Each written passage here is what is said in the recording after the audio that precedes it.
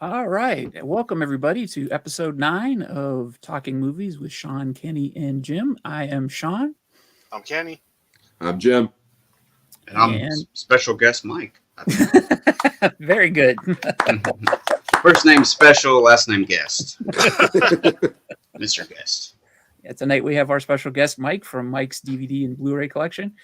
And we're here to talk about horror movies. It is still spooky season. This is going to be our last show before Halloween. So we thought we'd each give our top 10 favorite horror movies. We want to make sure we say that favorite horror movies. These aren't our picks for best horror movies. These aren't our picks for, critically acclaimed horror movies or whatever. These are just the ones that we call our favorite, so we can circumvent the whole, well, this is better than that one, whole argument. Yeah, So, and why did you leave that off, you idiot? right.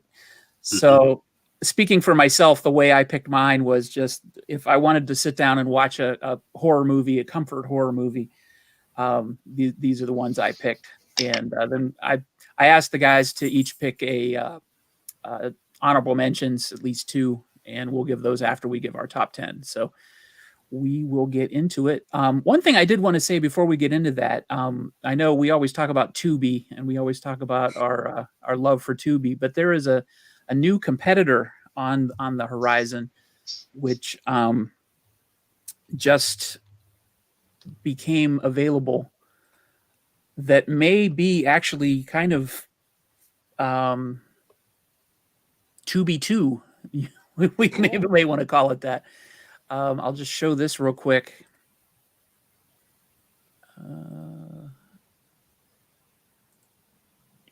Welcome in, Texas, by the way. Thank you for coming in. This is I'm not going to log into it, but it is. Oh, you don't even have to log in. It's called Fawesome, FAWESOME, and you can just go right into it. And they have all sorts of movies. Cool. So they've got the Terrifier movies right now. Wow. I haven't seen those Terrifier, yet. yeah, Terrifier 2, Terrifier 1, Halloween, 3 from Hell, Exorcist 3, Train to Busan, Mimic. There's some decent movies there. Yeah, so this is not like your typical free streaming service that's just showing public domain movies. It's pretty decent. It's available on Roku. It is available also on iPhone. I'm assuming Android as well. Yeah, I But- downloaded it on my phone weeks ago. Okay. I haven't watched it yet because I didn't know what, detailed into it.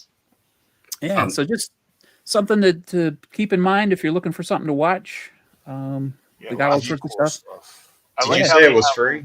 Yeah, it's totally free. great. Oh, wow. Yeah. I'm assuming there's commercials. I Yeah, haven't I was watched going to say, anything on I it. would think ads, but Yeah, still. but Yeah, they've got a fantastic selection. Hey, Nightbreed. They've got the edited version of a Serbian film. So Oh, wow. Man, I wish I would have known about this beginning of the month. I would have started yeah, watching them. That's got a lot So- of this. so they got all sorts of stuff. So I just thought I'd bring that up if you guys are looking for someplace I'm to. going to write that down, actually, Sean. Yeah, I Yeah. like how also they divide them into different things. Like they have haunted, zombies, creature features, vampire. I like how that's all separated like that. yeah. I mean, this is just the horror section. This is the Halloween movies. If you go to collections, they have the best 200 movies. Let's see what they consider the best I 200 was going movies. to say, all I see is a big picture of Steven Seagal. Yeah, That's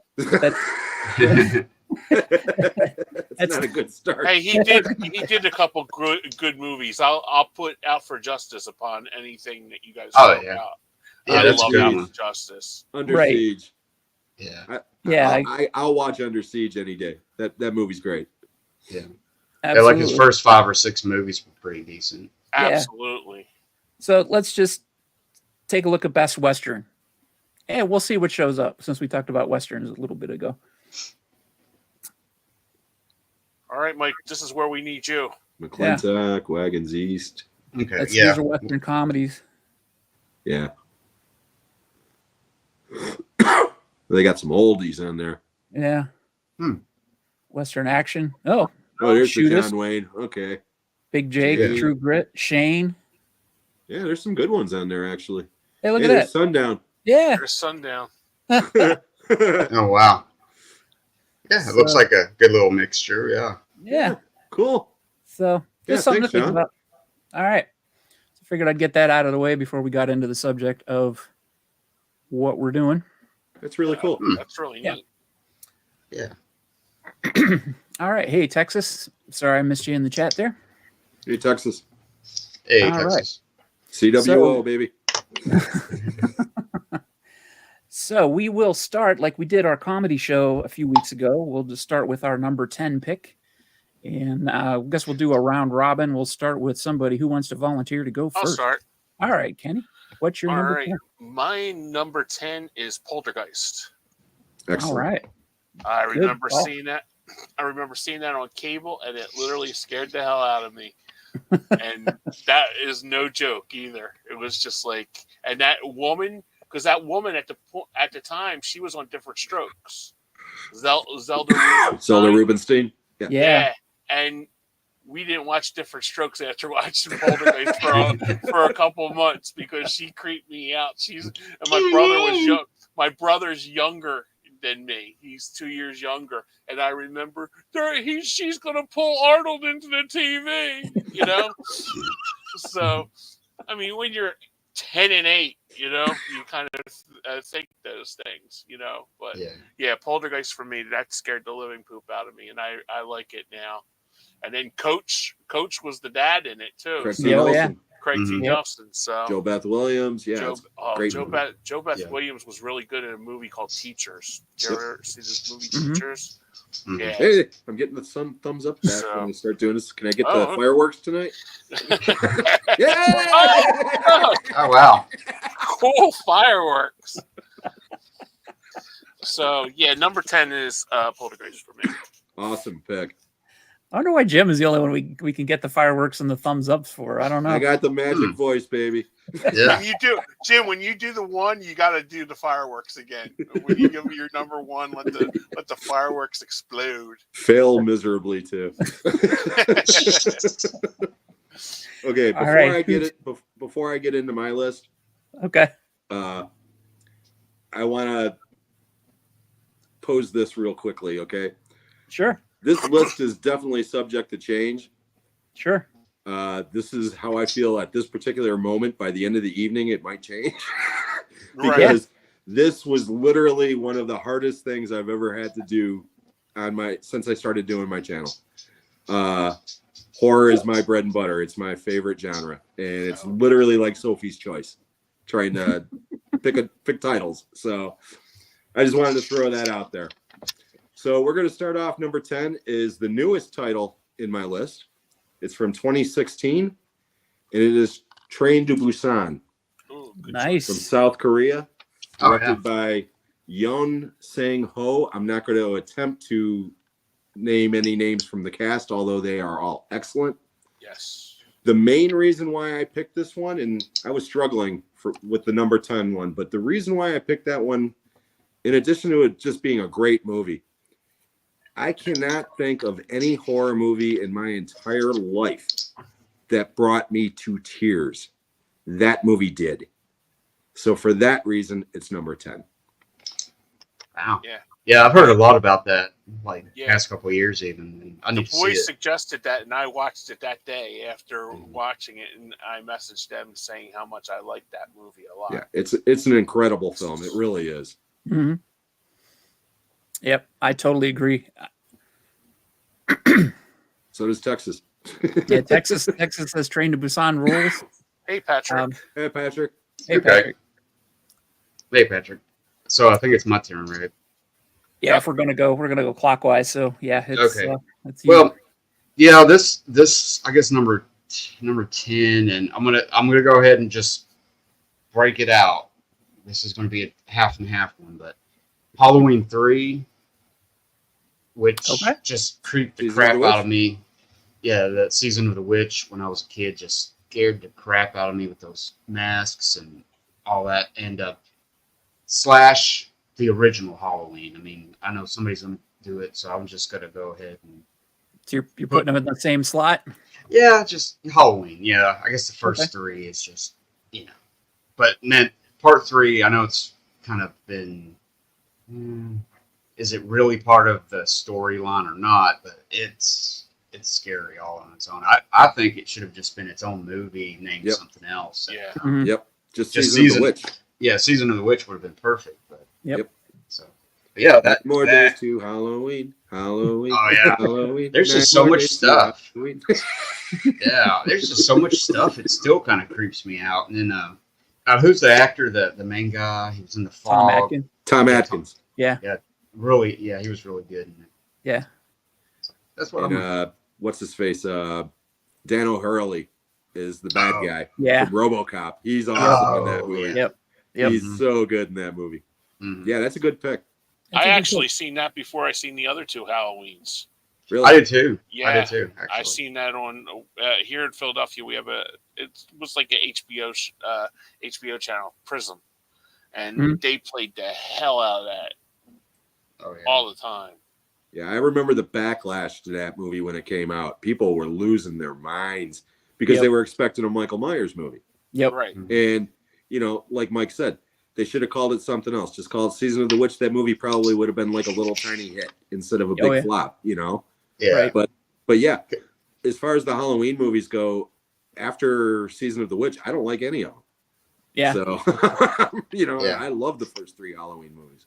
Yep. Yeah, because it really didn't have any association with John Carpenter other than like music or associate producer or writer Yeah. or something like that. I That's think all. he has a producer's credit. Yeah.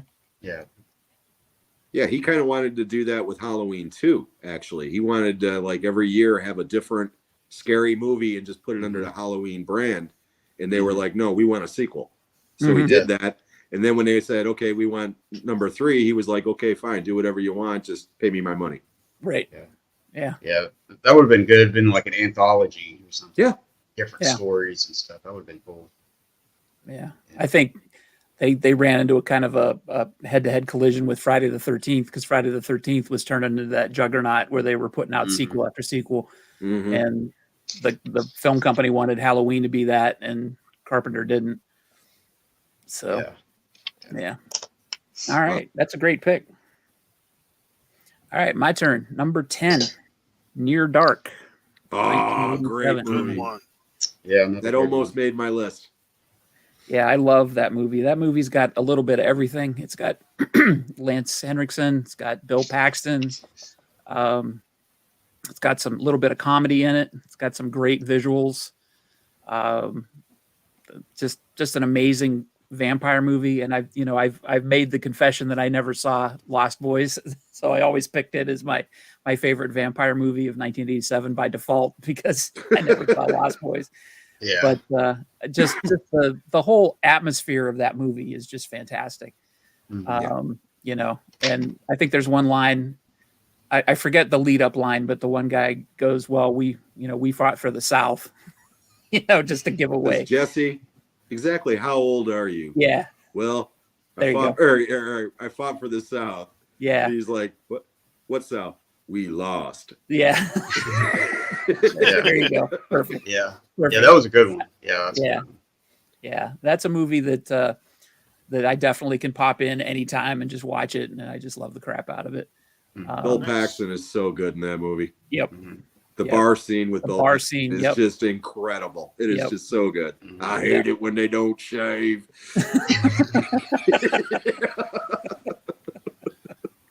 Yep. Immensely quotable, immensely Yep. watchable. Awesome Number pick. 10, Near Dark. All right. My number 9 is Halloween. Oh, Number 9 is classic. Halloween. I just really enjoyed that movie, and I had seen it like later in life because, like I said, haven't gotten into horror the last couple of years. I've Excuse me. gotten into it, and I hear like a lot of people saying there's like a lot of dull, dead images and stuff like that, like when he's tracking her like through the fence and stuff, and when he's like walking up. I just think it's a really good movie, and it's creepy as hell too. Anybody who think- says it's dumb or boring, they got ADD. Oh, Yeah. there's people Yeah. like you watch online and stuff, and it's like, oh, it could have it could have moved more, and I'm like, well, that was the whole effect of it, that he was creeping her out, Yep.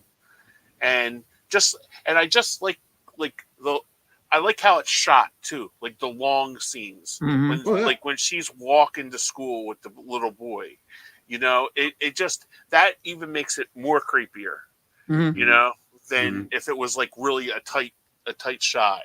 So just the overall, I like the overall feel. It was really shot well, Gene and Cundy.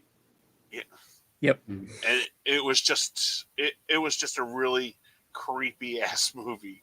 Yep. And I do watch that because the first time I seen it, I watched it on Joe Bob on Shudder. That was my first, and I liked how he brings like the little things, like Jim does on his videos. Mhm. That I like the little comments, that he brings like in between the commercials of the movie. Well, not the I'll say the breaks. Yeah. So number 9 is Halloween. Great pick. That's a great pick. There's one scene in that movie that what I consider the scariest scene in that movie for me personally. It scared the crap out of me when I watched it, and I think I've told this story before, where I sat with my face right up against the TV with my hand on the knob. My mom's sleeping on the couch behind me, and I'm like watching it illegally because I wasn't supposed to be watching it. And the scene where Jamie Lee Curtis looks across the street and sees Michael Myers silhouetted against the house across the street. That scene is burned into my brain forever. And then she looks out the window later and he's gone. That, for whatever reason, that scene creeped the hell out of me. And like I said, it's a long shot. I mean, you don't get that many long shots today by directors and stuff like that. And that's a great scene too. Yep. Awesome. Yeah. The moment in that movie that always got me as a kid, and it still does, it's arguably the most graphic scene in a movie, where he stabs the guy to the wall Yes. and the feet are going, but it's the way he cocks his head like a dog. It's just chef's kiss. It's so good. Yeah. Okay, am I up? Yep. You're up. Okay, this one might be controversial, but I don't care. And there's a reason behind it. Okay, but I had to throw a Stephen King movie on the list. And no, it's not The Shining. It's The Mist. Ooh, That's a good one. From That's a good one. 2007. This is a very divisive movie. And the reason why I picked it, just like Train to Busan, number one, of course, I think it's a great movie. Okay. Mhm. But Frank Darabont, to have the balls that he had to not only change the ending of the original story, which is one of my favorite stories Stephen King ever wrote, but to put that ending on, and that's the ending that most people check out on. Mhm. The reason why they don't like the movie is because of the ending. I love the movie because of that ending. Yep. Because I don't care who you are, that ending hits hard. And it's one that once you see it, you'll never forget it. Yep. So, yeah, The Mist, without a doubt, to me, is the darkest and scariest movie in the Stephen King catalog. So that's why it's number 9. Good pick. I I love totally Thomas agree. Jane too. Yeah, Thomas Jane's awesome in it. And Yeah. Marcia Gay Harden is phenomenal. Yes. As Mother Carmody, Yeah. she is so good in that movie. That's a good pick. I think all the performances in that movie are solid all the way around. I don't think there's a bad performance in that movie. No. Actually, that was the first movie I noticed Toby Jones in. And Really? he plays Ollie, and he's the MVP of the movie. Mhm. I mean, he really is. He's phenomenal in that movie. And now I see him everywhere, Yeah. But yeah, he The Mist is a great movie. Yeah, I totally agree. It's not on my list, but I agree. That's fine. Yeah, not on mine either. That's why I said this. I said this, Look. Sean. I think we'll have probably about 37 different movies, in between all of our lists. Mhm. You there? Yeah, you were Yeah. kind of cutting in and You're- out. I thought you were about to sneeze at first. You were like, Yeah. Oh no, I said I think we're going to have probably about 37 different movies, like Yeah. between the four of us. Oh, It's yeah. hard. It's hard to do 10. Just Oh yeah. Oh, Yeah. And I think that's why it's really important to state that these are, just our favorite movies. They're not our best movies because, already Poltergeist would have been on one of my lists of best movies because I love that movie, but I don't sit down and watch it all the time. And Right. Mist, same thing. I love that movie, but I don't sit down and watch it all the time. Yeah, I do. Yeah. I'm kind of sick that way. Yeah, Movie Collector Maniac said that there were a few Walking Dead actors in Half the Mist. cast is from The Walking Dead. Yeah. Oh, yeah. Carol, she's the survivor at the end of the movie who has to go out and find her kids. That's Carol from The Walking Dead. Oh yeah. Mhm. Yeah. Mhm. Actually, it's the Mist actors were in The Walking Dead because it came first. Yeah. So. Great pick. Okay. I'm gonna have to go. I'm gonna try to give all my actual the ones that really got me from the beginning and stuff, but in no particular order, of course. But Okay. next up would be Creep Show. Stephen Oh, King, nice. 1982. Mm-hmm. Man, another one that just got me, made my skin crawl, with the roaches and that one scene where they're just going through the drain and sink or whatever it is. And man, that just stuck with me for years. I think it still kind of gets me, just So I'm gonna go with Creep Show. Great. Funny, pick. I like the second movie better than the first one, but the first one is really good. The Indian, that Indian one, and the raft. scene, the raft. Oh man, that is so good. Thanks for So the ride, good. lady. So good. That's a great pick, though, Mike. Hey, I see Sean's here. What's going on, buddy? Thank you so much for being here. Welcome aboard. Thanks for sharing it Sean. out. It's funny you mentioned Creep Show as your pick because Sean just ran a live stream of Creep Show a couple of nights ago on his channel. Oh, Oh, It cool. was like a Nice. watch party. Yeah, CWO, him in Texas. I'll have to check that one out. Oh yeah, Sean's great. He's one of my favorite people online. Nice. Awesome. Well, welcome aboard. All right, I guess it's my turn. My number 9 is A Nightmare on Elm Street. From Very good. 84. That was on Hey, my there's list. the fireworks again. Oh. I Oh. figured it out. All right. Nice. I gotta do the 2 thumbs up, and then I gotta shake them like I'm having the. Oh, there you go. Jim, you might want to do your fireworks outside of the garage so you don't have no fires or anything. Might catch on some gasoline or something or another. Nah, I'm good. I'm fire retardant or retarded. Retarded.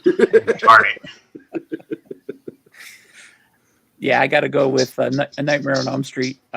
Definitely, it's got a very similar shot that stuck in my head. The one shot where they show Freddy walking down the alley, where he puts his arms out and they're like super long. Again, just for whatever reason, that just burned into my brain and scared the crap out of me. Yeah. But yeah, the whole being dead in your dreams and having Freddy kill you in your dreams and all that stuff. And it was before they turned him into a stand-up comedian with blades on his fingers. Yep, absolutely. Yeah, he He's was scary. still he was still scary, but he was funny, but he was still scary, and he was still a menace. And the special effects were amazing Yeah. in that first one. I mean, not to take away from some of the other ones like Dream Warriors, which I still think is almost underrated. equal to it.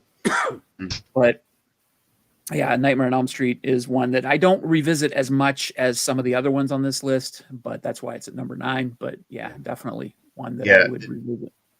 It made my list. That the scene on the waterbed where Johnny Depp gets kind of sucked down in there. That was always my best scene in there. So. Yeah. Yeah, that's my favorite scene and my least favorite scene in the movie, and that it also made my list, by the way. Yeah, Okay. yeah, it was on My mine. favorite scene because it's so goddamn unexpected and bloody. It's my least favorite scene, and this is the geek here. Okay, I guarantee none of you have ever noticed it, no matter how many times you've seen the movie. Johnny Depp, he's got all these rock band posters on his walls. Uh-huh. Directly behind his bed is the poster, the album cover for Rush, Grace Under Pressure. And he got blood all over it. Oh, man. It infuriates me 40 years later. Yeah. I didn't know No, I love Rush, and that's sacrilege. It's just Yeah. that happened. Sorry, That would have that's been a neither brand new here nor release there. at that time too. Yeah, that just came out. Yeah. Were they on the soundtrack? No. Oh no, I'm No. just asking because it No. might have been that was publicity for them. No, there was like a Jay Giles band poster on there and a couple other ones. Oh, okay. Notice because I worked at the theater, so of course I saw it on the big screen right away, Right. and I noticed that Grace Under Pressure poster right away because I'm a Rush geek, and I was like, "Wow, Rush! No, it's all bloody!" I mean, literally just like that. It was like, "Oh yeah." You know what? I don't ever think I ever noticed that there was a Grace Under Pressure poster back there, and I am a huge Rush fan. Yeah. So Next time you watch the movie, look, you'll see the silver album cover with the big bald head and everything. It's Yep. Grace Under Pressure. It's I'll definitely notice Grace Under now. Pressure. Movie Collector Maniac mentioned that he just watched the 4K Steelbook the other day. It just came out on 4K, I believe. I guess some people are saying it looks like crap. Some people say it looks good. I haven't really gotten an overall feeling of how it looks, but Yeah. um, That always happens every time Yeah. one comes out. It's always big debate. I got the Hitcher 4K and I haven't watched it yet, so I don't know. I haven't heard any backlash on it. yeah, I may pick it up. I have the set with all of the Nightmare on Elm Street films in it, and it looks okay on there. But I didn't know if it was worth upgrading to 4K because it's by far my favorite of the series. But I didn't pick up the 4K yet. All right, number 8, Kenny. Number 8, I have The Thing with Kurt Russell. I Oh, love yeah. that movie. Actually, that deserves. Come on, baby.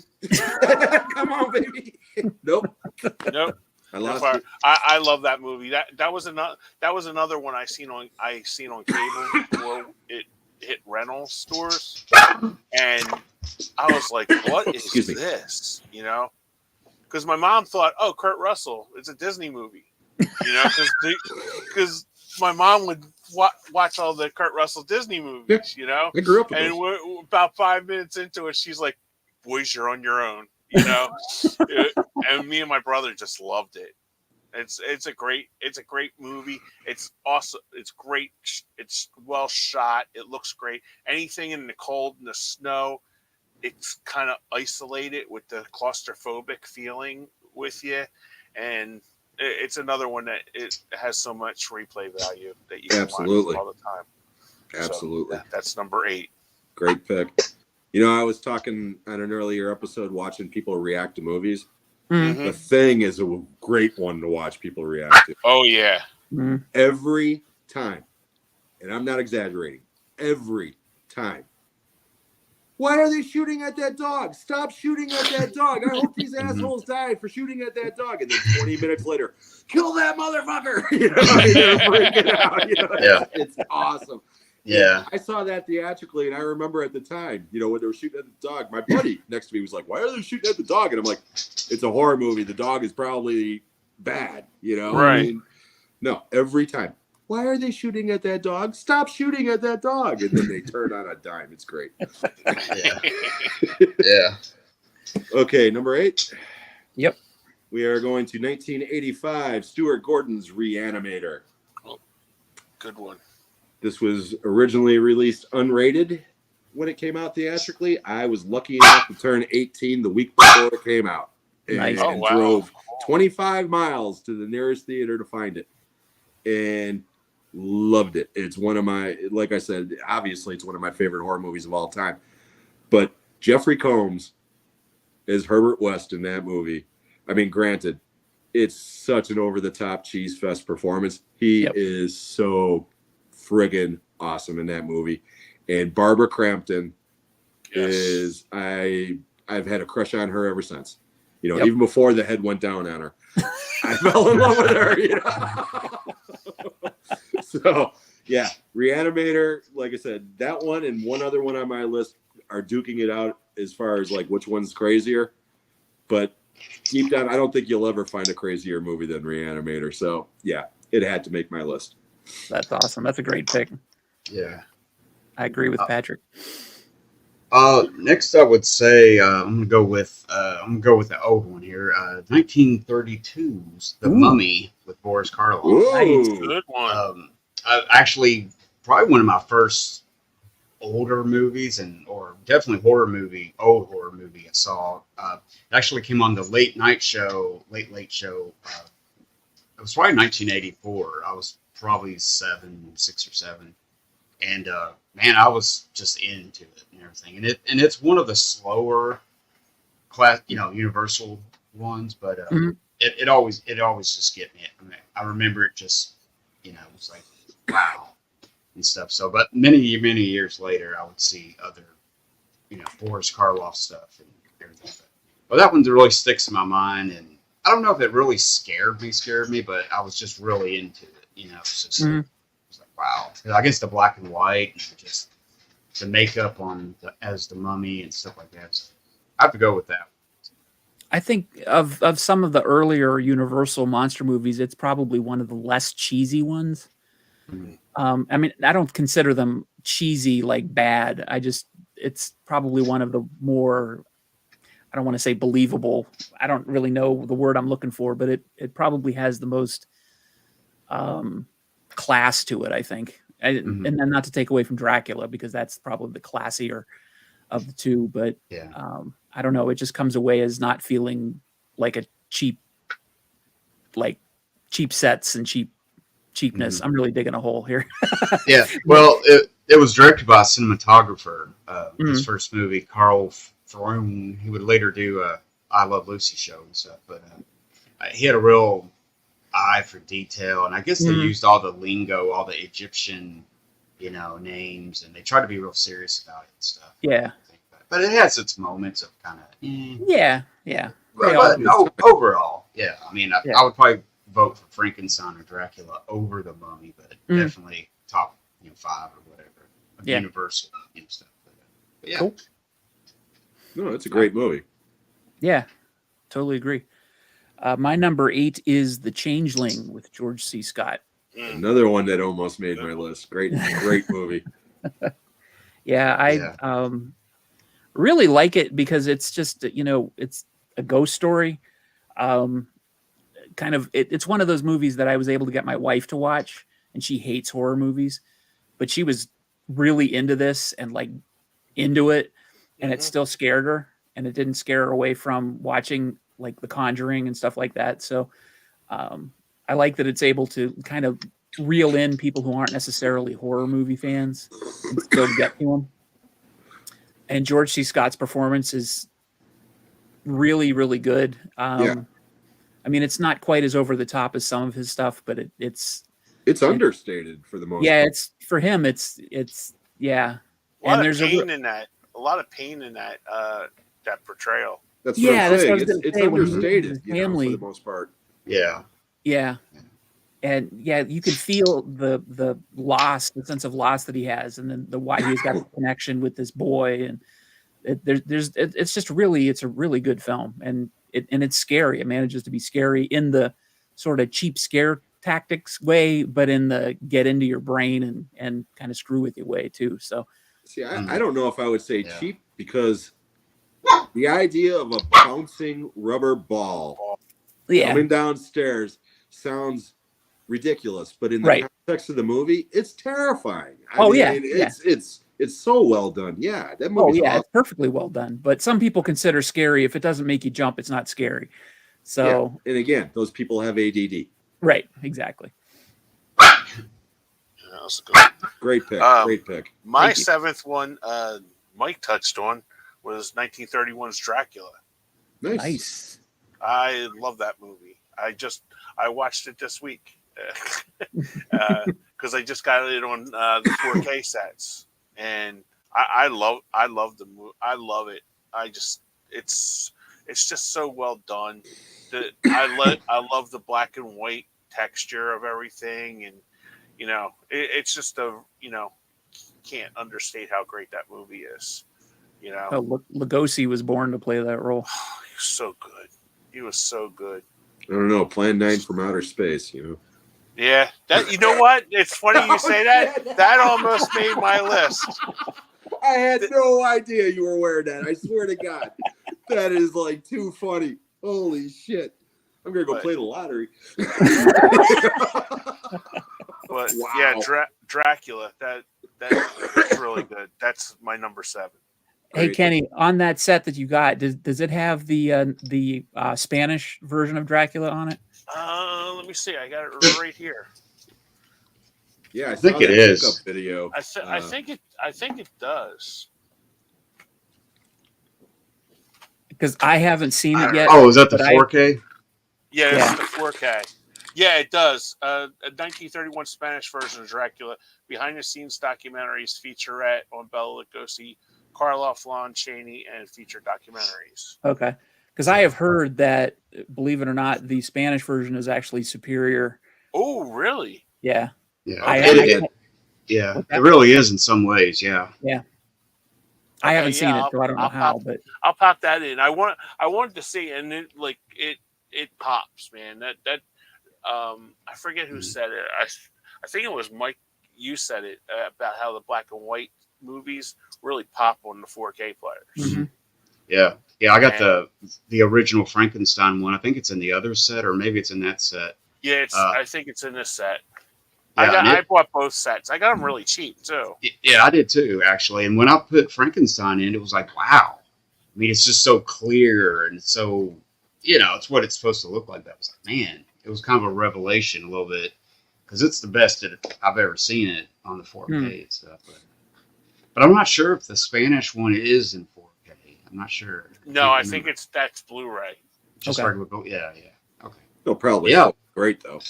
Yeah. Those sets are actually good 4K sets. I don't see how anybody could argue with those. Exactly.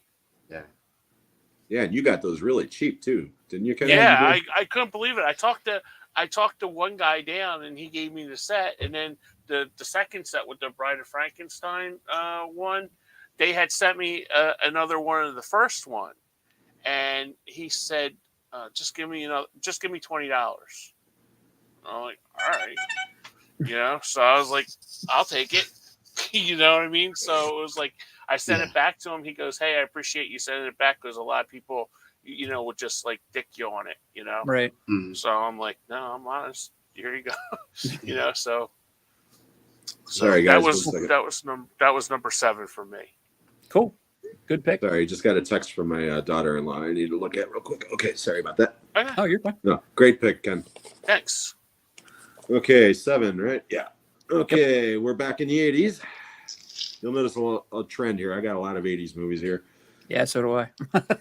but it was the best decade for horror. Let's face it. It really was. Okay, 1986.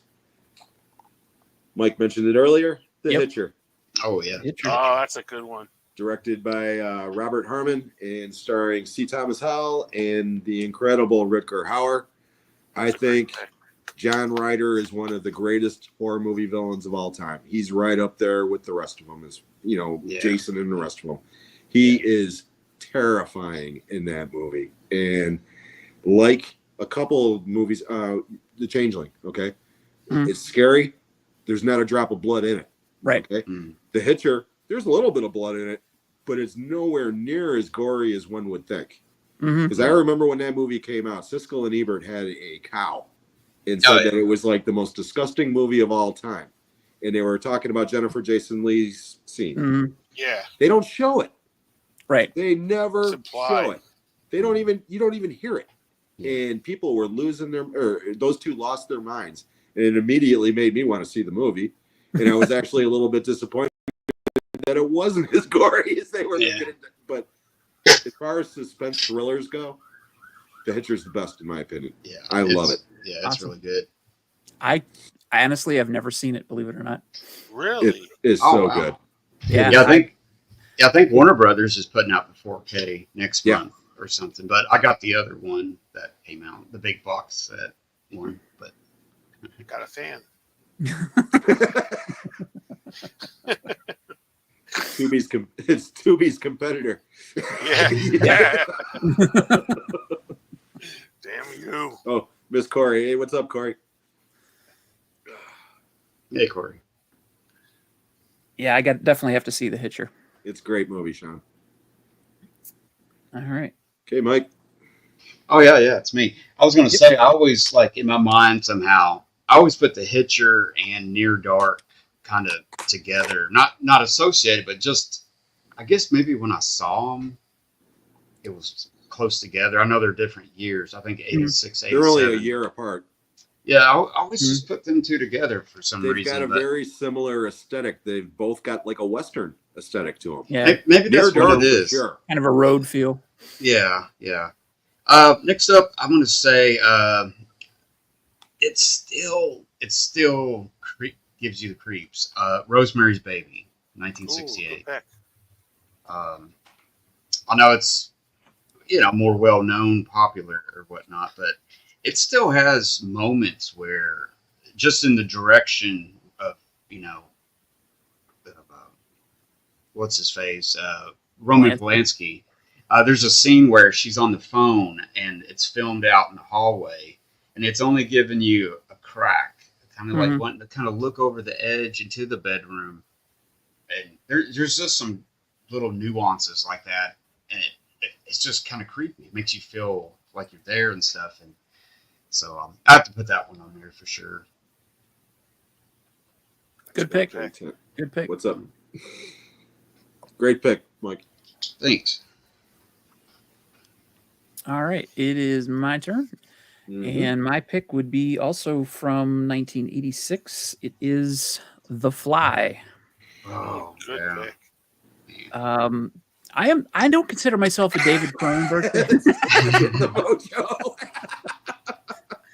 I don't consider myself a David Cronenberg fan, but I keep finding movies that he's done that I really, really like. But he's got some movies that I just do not like. But this is one of the ones that I really love. Jeff Goldblum's performance, Gina Davis, the makeup, the whole premise, the changes from the original Fly are superior. I think this is one where the remake definitely supersedes the original by many times over, which doesn't happen very often. The dialogue is fantastic. I used to watch this over and over and over again on VHS when I was younger. Just a fantastic movie.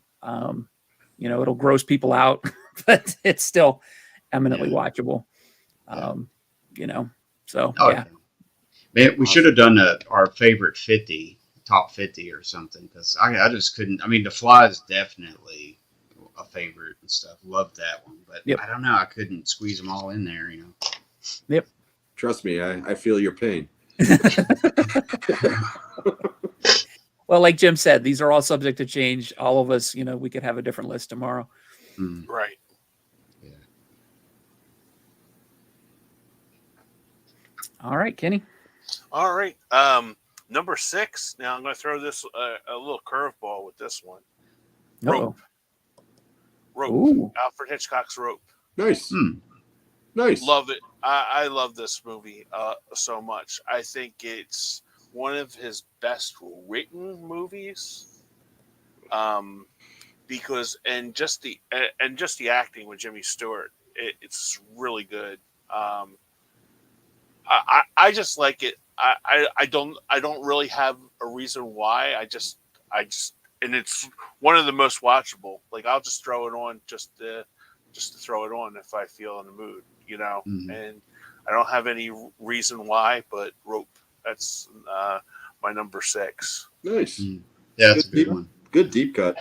Yeah, that's why I said it. You might not think too much of it, but that's like one of my favorite ones that I like to watch. It's not one of my favorite Hitchcock movies, but it's definitely Hitchcock, so it's good. It's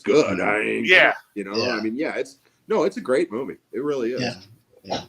It pretty much just takes place like in just one room. Yeah. One room, pretty much, kind of Self-contained moving around. location. Yeah. Yeah, no, it's very. It fits the criteria. Yeah. Absolutely. Yep. Okay, I'm up. Yep. Okay, number 6 is Dirty Dancing. No, I'm kidding. That is a horror movie. I'm not going to say anything about that tonight. I was That's a actually going to torture save that movie. joke to the very end, but number 6 has just been mentioned by my good friend Sean. There, we're going with David Cronenberg's The Fly. Nice. It's Cronenberg's best movie. It's Jeff Goldblum's best performance. With American Werewolf in London and The Thing, it has the best creature effects of the decade. I mean, it stands shoulder to shoulder with those other two movies. Yep. And the gross out thing that you're talking about, yeah. Okay. Before people started doing reactions online, I used to stand in, you worked at a movie theater, Sean. Yep. You stand in the back of a movie theater as an usher, and you can't help but watch the crowd. Mm-hmm. And The Fly and Aliens in 1986, it was like a 1-2 punch for reactions. Okay. Oh, I bet. And it was always the same thing. With Aliens, it was always get away from her, you bitch. And the place would go nuts. Okay. Yep. The Fly, every time. He'd puke on the donut, go, that's disgusting. His ear falls off. And then he's like, I'm afraid. And she hugs him. And the second she hugs him, everybody in the theater, ah! And I would sit there laughing my ass off every time. Yeah. The Fly. One other thing, I've never, even though it's on my list of horror movies, I've never thought of The Fly as a horror movie. It's a tragic love story. Yeah. That's what that movie really is at its True. heart. It's a tragic love story. Great movie. Yep. Yeah. Okay, I'm gonna go with Roman Polanski again with 1966 Fearless Vampire Killers, and it's kind of a deeper cut. You're not kidding. I never even heard of that one before. Oh, really? It's got he's in Sharon. that, isn't he? He's in it, and Sharon Tate's in it actually. Yeah. Also, and it's just the way it has. It's a really good mood movie and stuff. It's got some humor. It's got a little bit of action, a lot of action going on and stuff. But it's really interesting. It really is. It's always been one I've always been drawn to and been a favorite and stuff. Yeah, it's really good. You should check it out if you've never seen it. It's on Blu-ray. Warner Archive, I think, has it. Oh, okay. But yeah, it's a good one. Yeah, I saw that years ago when I was like in a Hammer phase, because it's not a Hammer movie, is it? It kind of has. It kind of has a It kind of feels like one, you know. A little bit, yeah. Yeah, I watched a lot of those movies, but that was probably 25 years ago. We're talking VHS days. Plus, it has Sharon Tate taking a bubble bath. And there you go. Well, there you go. That works. On my list now. Yeah. So. Mr. Dan, what's up, buddy? Hey, Mr. Dan. Hey, I hope you're having a great trip. Yes, I hope you're having an awesome trip. Yeah. No, I Yeah, have 4K not. Tent Revival said, you guys check out Variety's new 100 best horror movies list. I literally just looked at that the other day. I think it was the updated one. I'd probably get pissed looking at it. I kind of scrolled through it. There was some stuff on there that I haven't seen. There's some new stuff on there that I'm not familiar with yet. But, you know, any list that's that big, and there's always ones on there that you're like, really? Why is that so low? It's like when Rolling Stone used to do like the top 50 bands of all time. Yeah.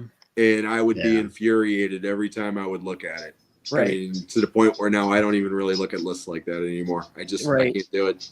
Yeah. And that's why I always say, like, this list, these are our favorite movies. We're not trying to tell anybody these are the best movies ever, because as soon as we do that, well, of course. Okay. But yeah, as soon as you do that, you alienate half the people that read the list. Except for Jim. Jim's making friends left and right. That's right.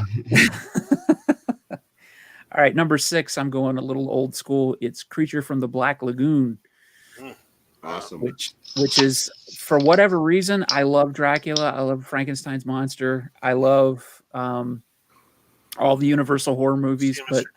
See you, Mr. Dan. Thanks, Dan. But it's always been The Creature from the Black Lagoon has always been my favorite Universal horror movie, horror monster, for whatever reason. I don't know why. Mine too. Yeah, really? Mine too. Yeah. Well, I think that's a tragic love story too. It is. Yeah.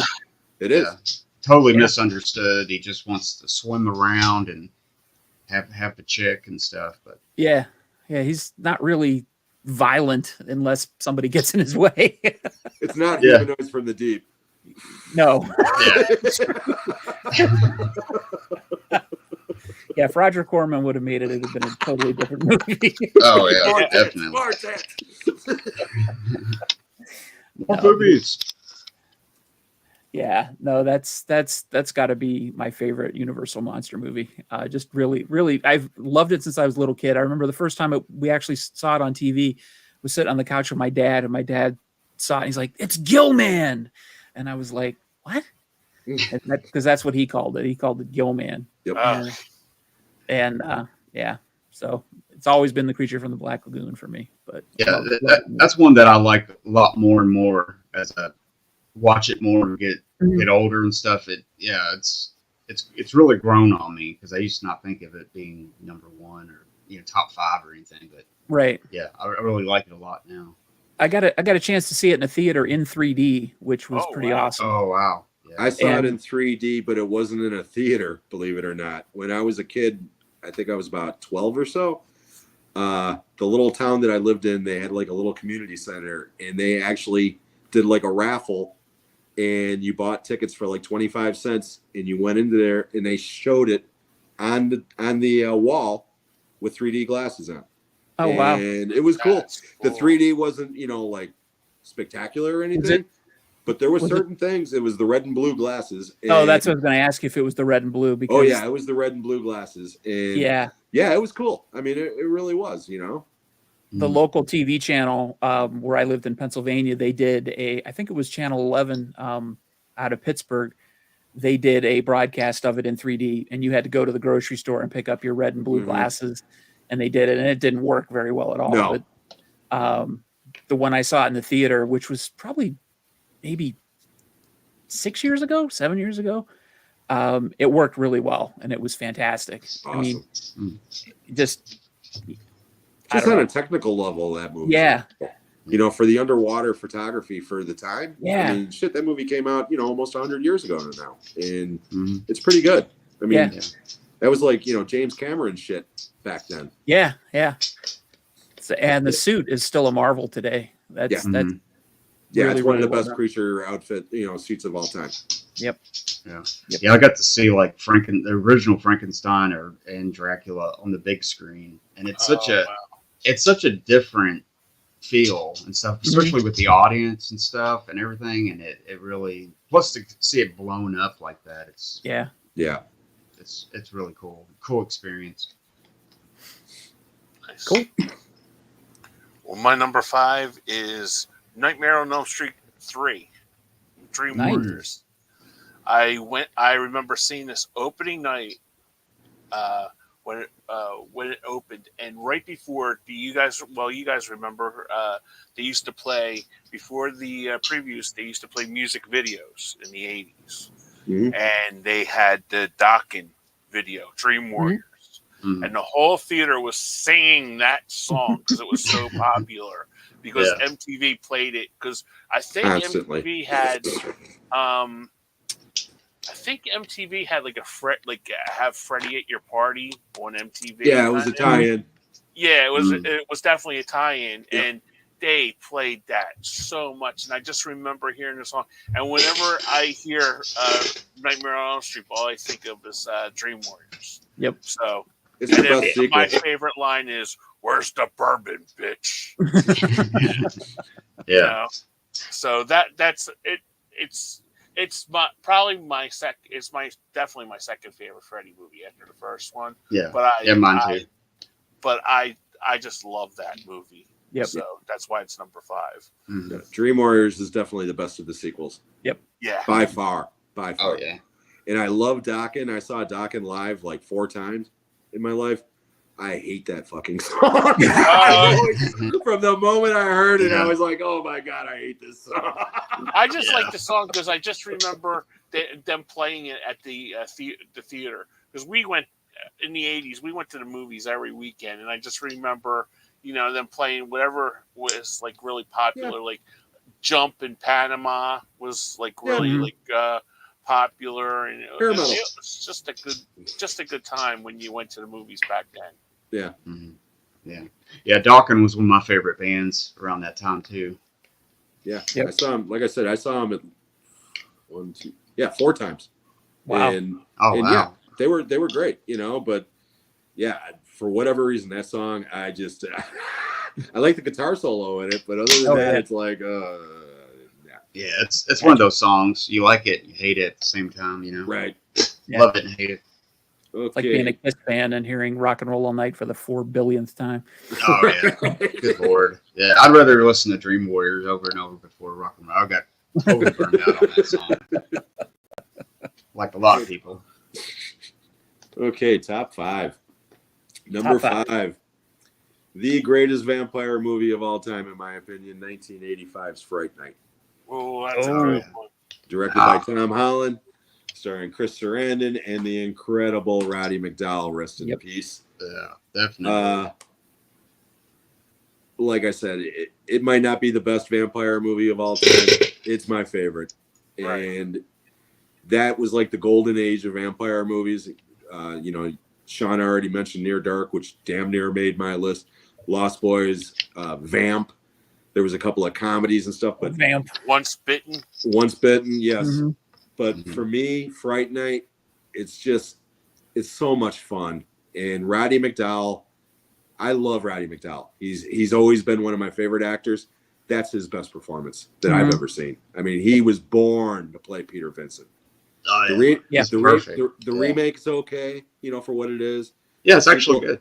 Yeah, it's okay. It's better than a lot of remakes. Yep. The sequel to Fright Night is okay. I mean, it wasn't great, but it was okay. But that original Fright Night, like I said, it's just so much fun. So yeah, that's number 5. Good. Cool. I'm gonna go with one. I've seen this a few times, but I watched it just the other day, and it's really good. It's a Hammer movie from 1971 called Twins of Evil. Great movie. Yeah, it's got Peter Cushing, and it's got 2 sisters that are actual twins. They were in Playboy magazine. Mhm. I think they're the Collinson twins or something like that.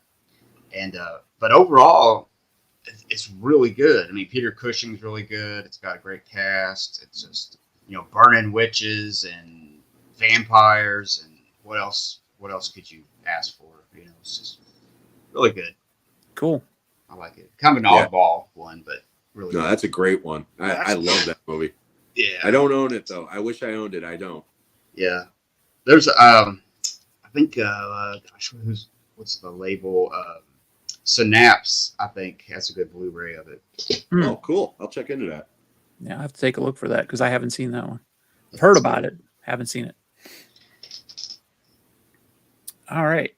Well, you may have heard of this one. It's called Fright Night. Great minds think alike. Yeah, everything that Jim said and more. I love Roddy McDowall in it. Mhm. Evil Ed. Just a great movie. I really can't say anything more than what Jim said. It's a lot of fun, eminently rewatchable.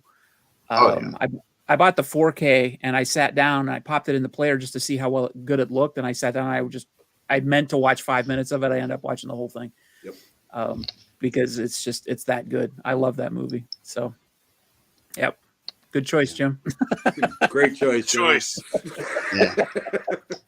Well, that's on my list. But what I've been doing, if you guys mention it, I'll kind of go to an alternate Oh, okay. Oh, okay. pick and stuff. So, but definitely, Fright Nights all over. So that's a good one. Cool. All right. Number four. I told you there's going to be a comedy in mine, and mine is Abbott and Costello Meet Frankenstein. Oh, yeah, Awesome. that's a good one. I love that movie. No more fireworks for me. It's just so good. It's so rewatchable. I wish I had Me TV because Sven Gulli plays that a lot on his channel, and I just love it. I have it single, like in a Abbott and Costello set, and I have it singly too. Mhm. So, and I just literally, that's from Parks and Rec. I watched it last Tuesday, so I just love it. It's just so good.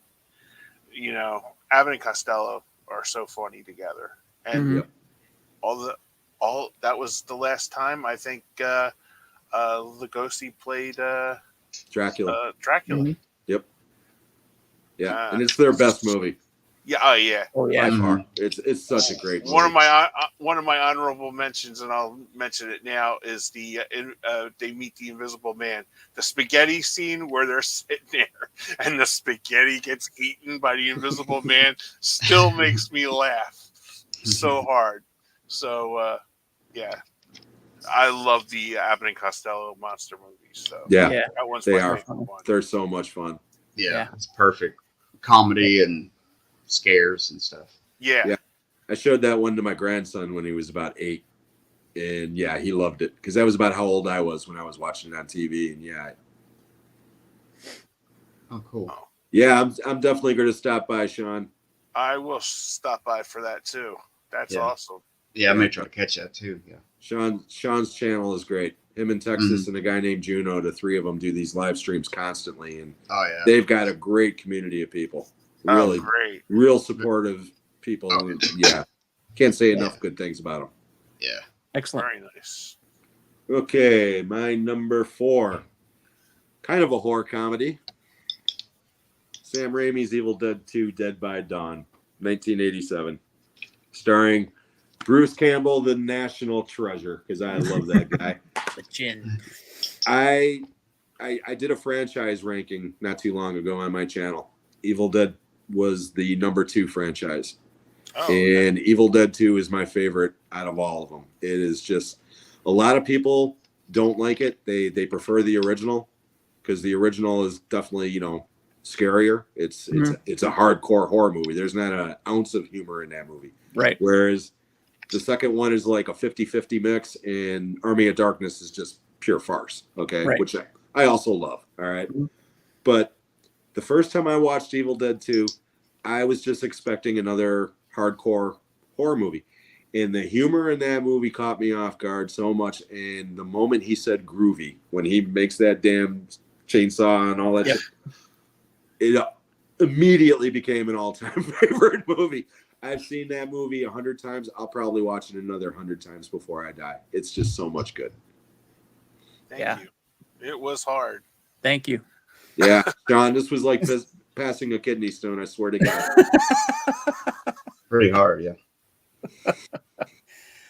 Yeah, I definitely say that's a great pick. It did not make my list only because I don't watch it over and over again. But Mhm. I remember sitting down to watch that with my dad. We used to go rent VHS VHS tapes all the time, and we sat down to watch that because we watched the original together, Mhm. and we did the same thing. We thought we were getting a sequel, and we're like, "Wow, this is just like the first one." And then the humor was in it, and we were cracking up. The And eyeball. yeah. The eyeball still kills me. Excuse me. That's one. And that now I you had watch just- it in high def, and you can see the wire with the Yeah. with the eyeball. Yeah. Yeah. Yeah.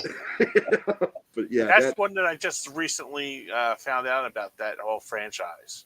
Because Oh, yeah. the only reason why I knew Bruce Campbell was he was in a show called Briscoe County, Briscoe County. Yeah. Yeah.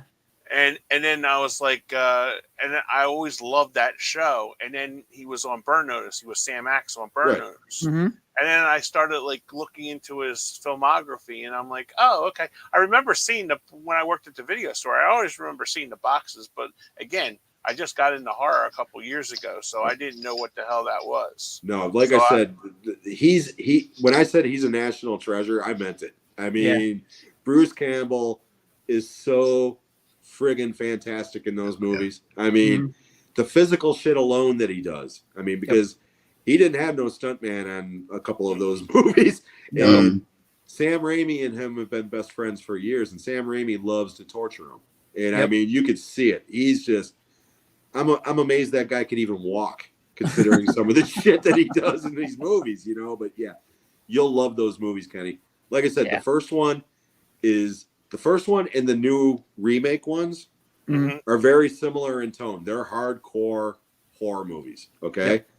But Evil Dead 2, Army of Darkness, and Ash versus the Evil Dead, which is the I TV show. I did watch the TV show. I liked it because I If you like the knew TV who he show- was. Yeah. Okay, yeah. If you like the TV show, then yeah, you'll like the movies.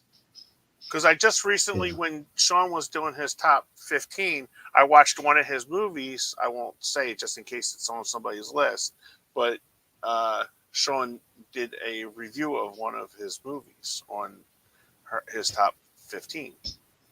Nice. Psycho Cop.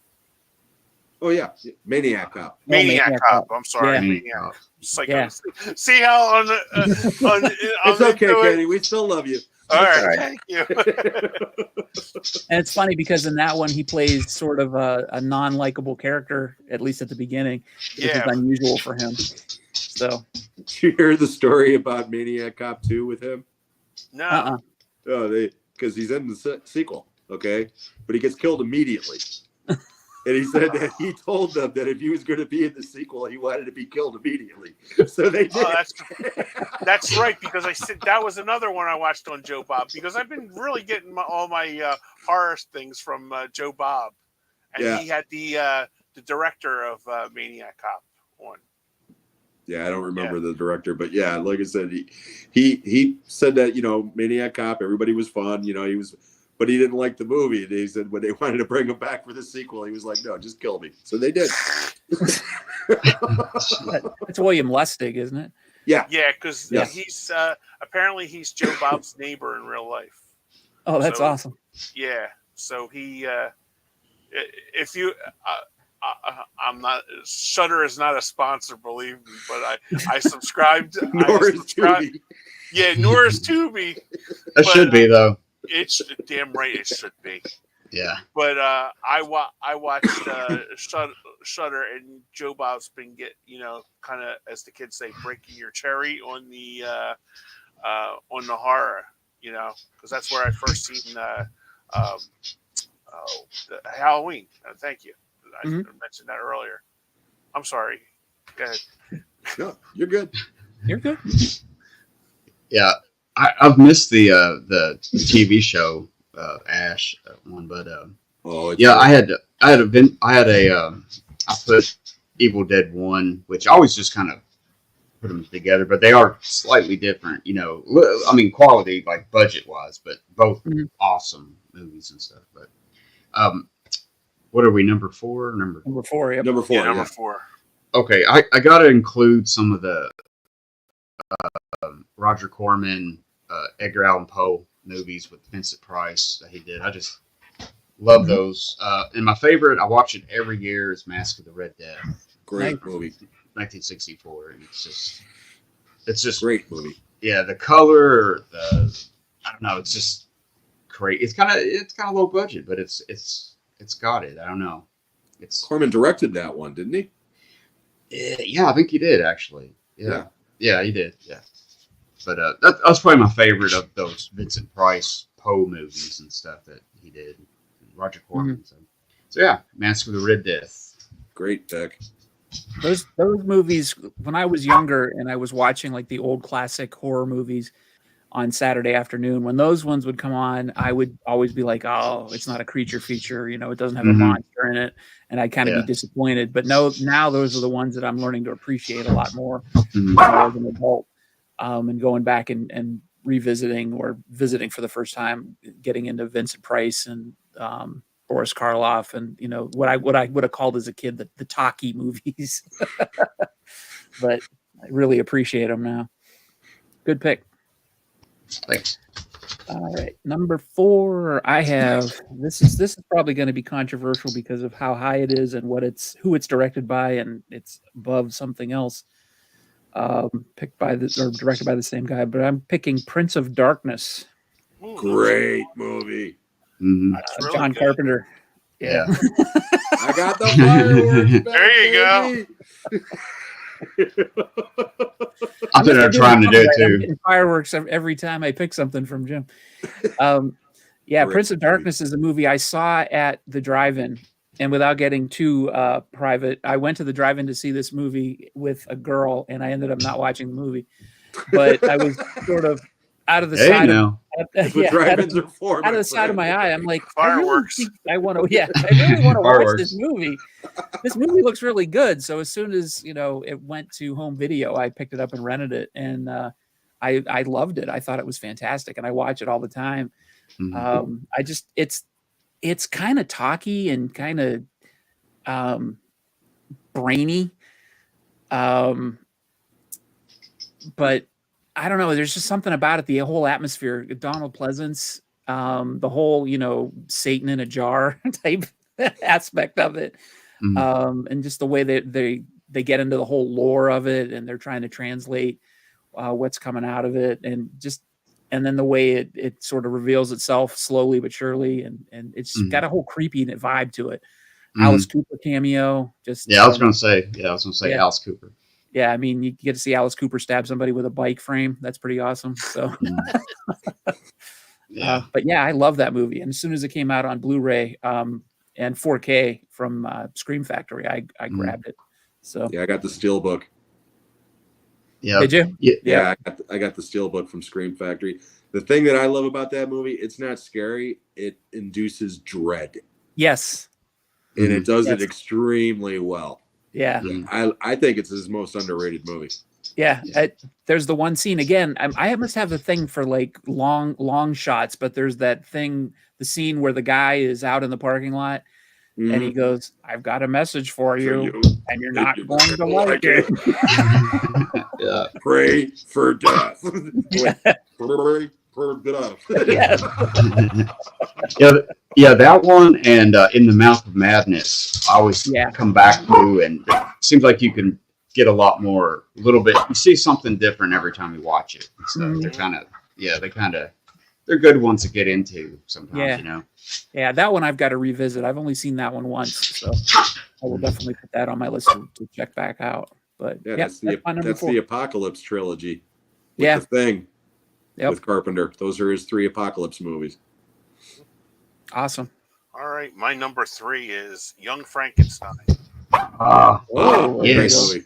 I love that movie. I find it so, and there's like different things that you can. Just the chemistry between Marty Feldman and Gene Wilder in that movie is so wonderful, and Terry Garr is so. Oh yeah. Just fantastic. I just love her.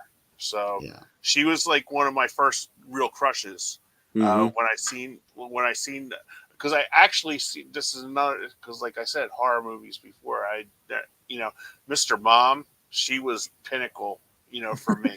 And then it was just like, and then after seeing Mr. Mom, I found out that she was in this movie called Young Frankenstein.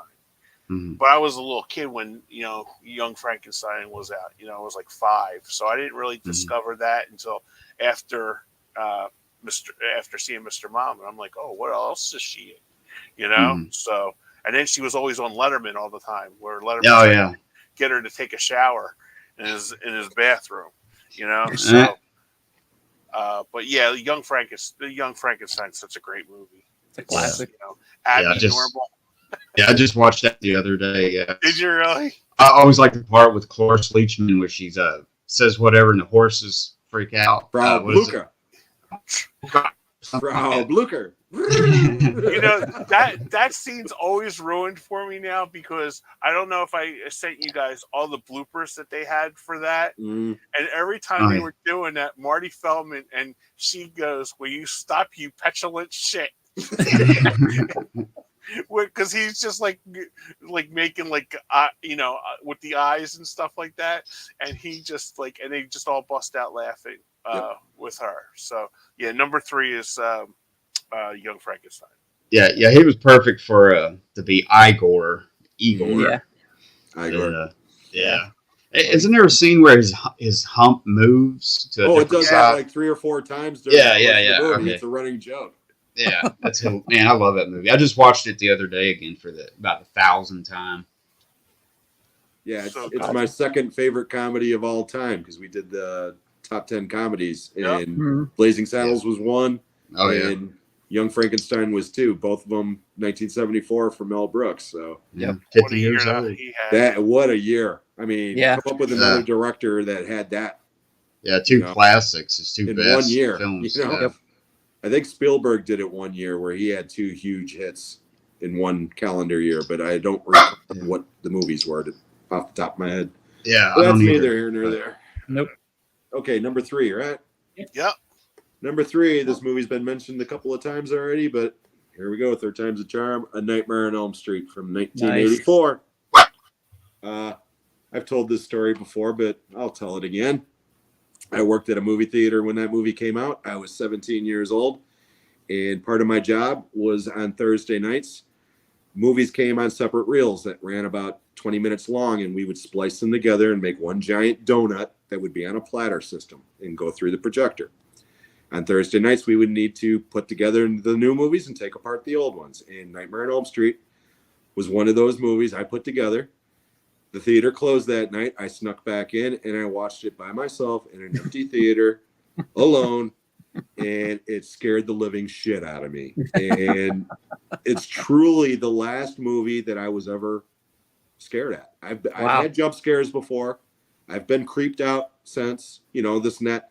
That is the last movie that truly terrified me. And it might have been the circumstances that I saw it in. I mean, think about it. You're alone in this big ass theater watching that shit. Okay. And then having to go downstairs and turn off the boiler.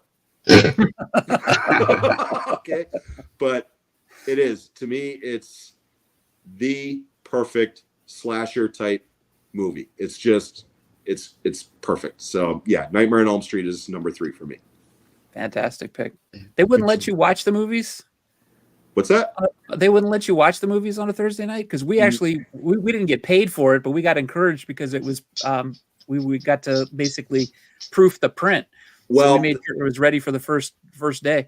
It depended on it. See, at the time, I had only been working there for about a year, and I was under 18, so they didn't want their insurance wouldn't cover minors without some adult there. So that's why I snuck in, for that one. But eventually, I started doing that because I would even tell the boss, hey, I'll watch the movie to make sure there's no issues. And he'd be like, okay, if you did your job right, there shouldn't be any issues. Right. But yeah, like I said, that's probably my favorite theatrical experience ever. I mean, it's one I'll remember until the day I die. That's awesome. Wow. Yeah, that's really cool. Yeah. My next pick is Dawn of the Dead, 1978.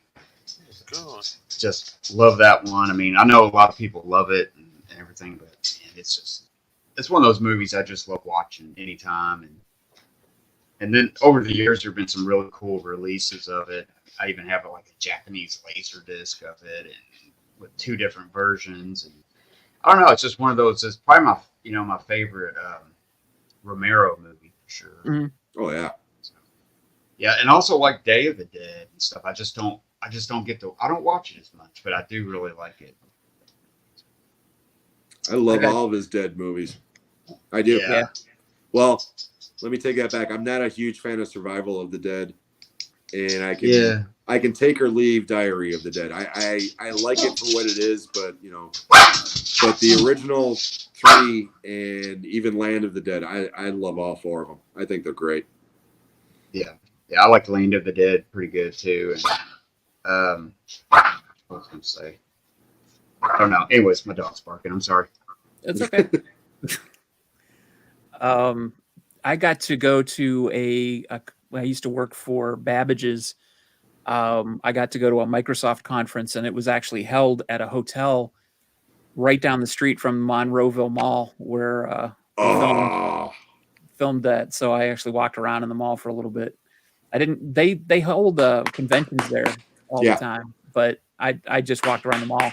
I guess now they have like a little monument or something or actually a store that commemorates the whole Romero Dawn of the Dead thing, but they didn't have it there when I was there. That was in 1999, I think it was. But I just walked around the mall, and it was kind of interesting to be there. Yeah, I would love that. Yeah, I would love that. Yeah. All right, my number 3 pick is An American Werewolf in London. Great movie. From 81. This is a movie. It was in my it still kind of is in my top 5 movies of all time. And I used to watch it once a year. Just absolutely love the combination of comedy, horror, the performances from David Naughton and I can't remember the other guy that's in it. Griffin Dunn. Thank you. Yeah, the chemistry between those 2 characters is great. Especially at the beginning, when they're walking across the moors. I love that movie. And of course, the Rick Baker special effects. Just absolutely some of the best practical effects you'll ever see in a movie. So yeah, and I don't think you'll ever see another use of the Muppet Show in a horror film like that. So yeah, that's my number 3. Sorry to take up all the time, but real quick, since you mentioned American Werewolf in London, I saw that on a double feature in 1981. I was 14 years old at a second run theater with a hole in the roof to where rain was coming through. Okay, I mean this theater was beyond nasty. But anyways, a double feature matinee of American Werewolf in London and Halloween 2. Awesome. Wow. 75 cents. Nice. Wow, Yeah. Nice. that's tremendous. That would be awesome. That's another one of those theatrical experiences I'll never forget. Yeah, that's amazing. I didn't discover American Werewolf in London until home video, and I got it on VHS. And that's one I wish I would have seen on the big screen. I've never gotten a chance to see it on the big screen. Yeah. But I did get to meet David Naughton. I have a signed copy of my Blu-ray from him. So That's awesome. Very neat. yeah, got to see him at Cinema Wasteland in I think it's in Strongsville, Ohio, is where that's at. Right outside of Cleveland. They have it every year, twice a year, and he was there once. So I got Did to he see him. sing "Making It" to you? He did not, but he did talk about it. We Yeah. brought it up. That was a Yeah. great song. The other Yeah. thing about that movie that a lot of people don't realize is it won the first Best Visual Special Effects Oscar Hmm. for makeup effects. Yep. And it wasn't even called that. It was a Special Achievement Oscar. They invented that award because of American Yep. Werewolf in London. Yep. So, yeah, like that transformation scene will never be beat. Nope. It's so good. I think when I did a written review of American Werewolf in London back in like 1997, and I think if you've seen any highlight reel of practical effects, you've seen that transformation scene. Oh, yeah. Probably It's iconic. because it's one of the best, if not the best of all time. Plus, you've seen it in the Thriller video too. They recreate the whole scene. Well, Well, Rick, Michael Jackson Thriller. yeah, they Yeah, did sort of a somewhat. low rent version of it. Yeah. I mean, John Landis directed it. So, Yeah. Yeah, I want just to bring that up. What happened to John Landis? I What mean, happened to him? No, he it was directed just a like- string of flops. Yeah. okay. I mean, because I got in this discussion with another friend because it seemed like he lost his luster after the Twilight Zone movie. No, he had No? some Okay. solid hits. He had some solid hits after that, but no, Okay. he had too many misses to the point Gotcha. where people were like, I mean, Innocent Blood is a good movie. Yeah. That's from the early '90s, but it's Oh, not a okay. great movie. Okay, and then he did Oscar with Stallone, and then he did a couple of other middling comedies. Mhm. But Okay. after Twilight Zone, he did Three Amigos. He did Trading Places. I mean, Oh, yeah. he had some solid hits after that. Okay. Yeah. I just it's one of those like in the early '80s, like you always the Landis. Well, a lot of people don't like him because of what happened on the Twilight Zone, and because they think that he got away with whatever. Yeah. Okay, Mhm. and that's fine.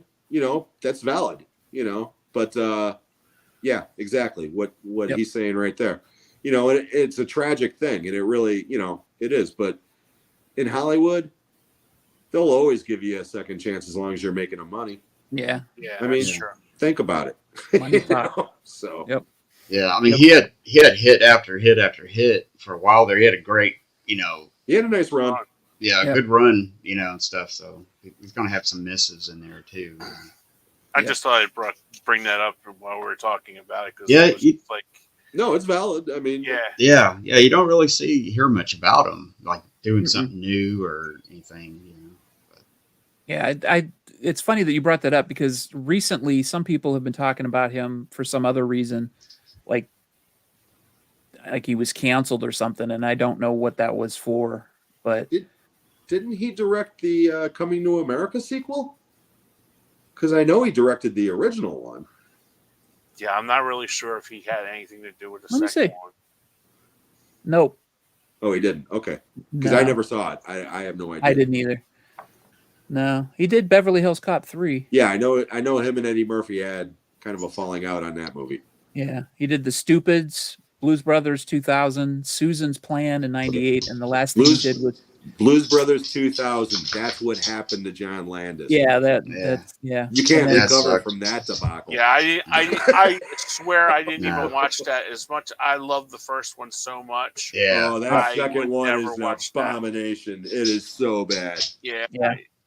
It's got John Goodman in it and stuff or something. yeah. Yeah. And I like Yeah. John Goodman too, but It's just a bad movie. yeah, It's a really bad movie. it just Yeah. seemed like a cash grab to me. Yeah. And it was Yeah. just like, Absolutely. Yeah. Yeah, So- Blues Brothers has to be one of my favorites though. The first Oh, one. yeah. The original's a classic. You know, I it's just probably- I just watched that yesterday, as a matter of fact, Blues Brothers, because it was on again. I just, Oh wow. just watched it. Okay, Alright, who's up? Number two. Many. Number two is another Hitchcock one, Psycho. nice.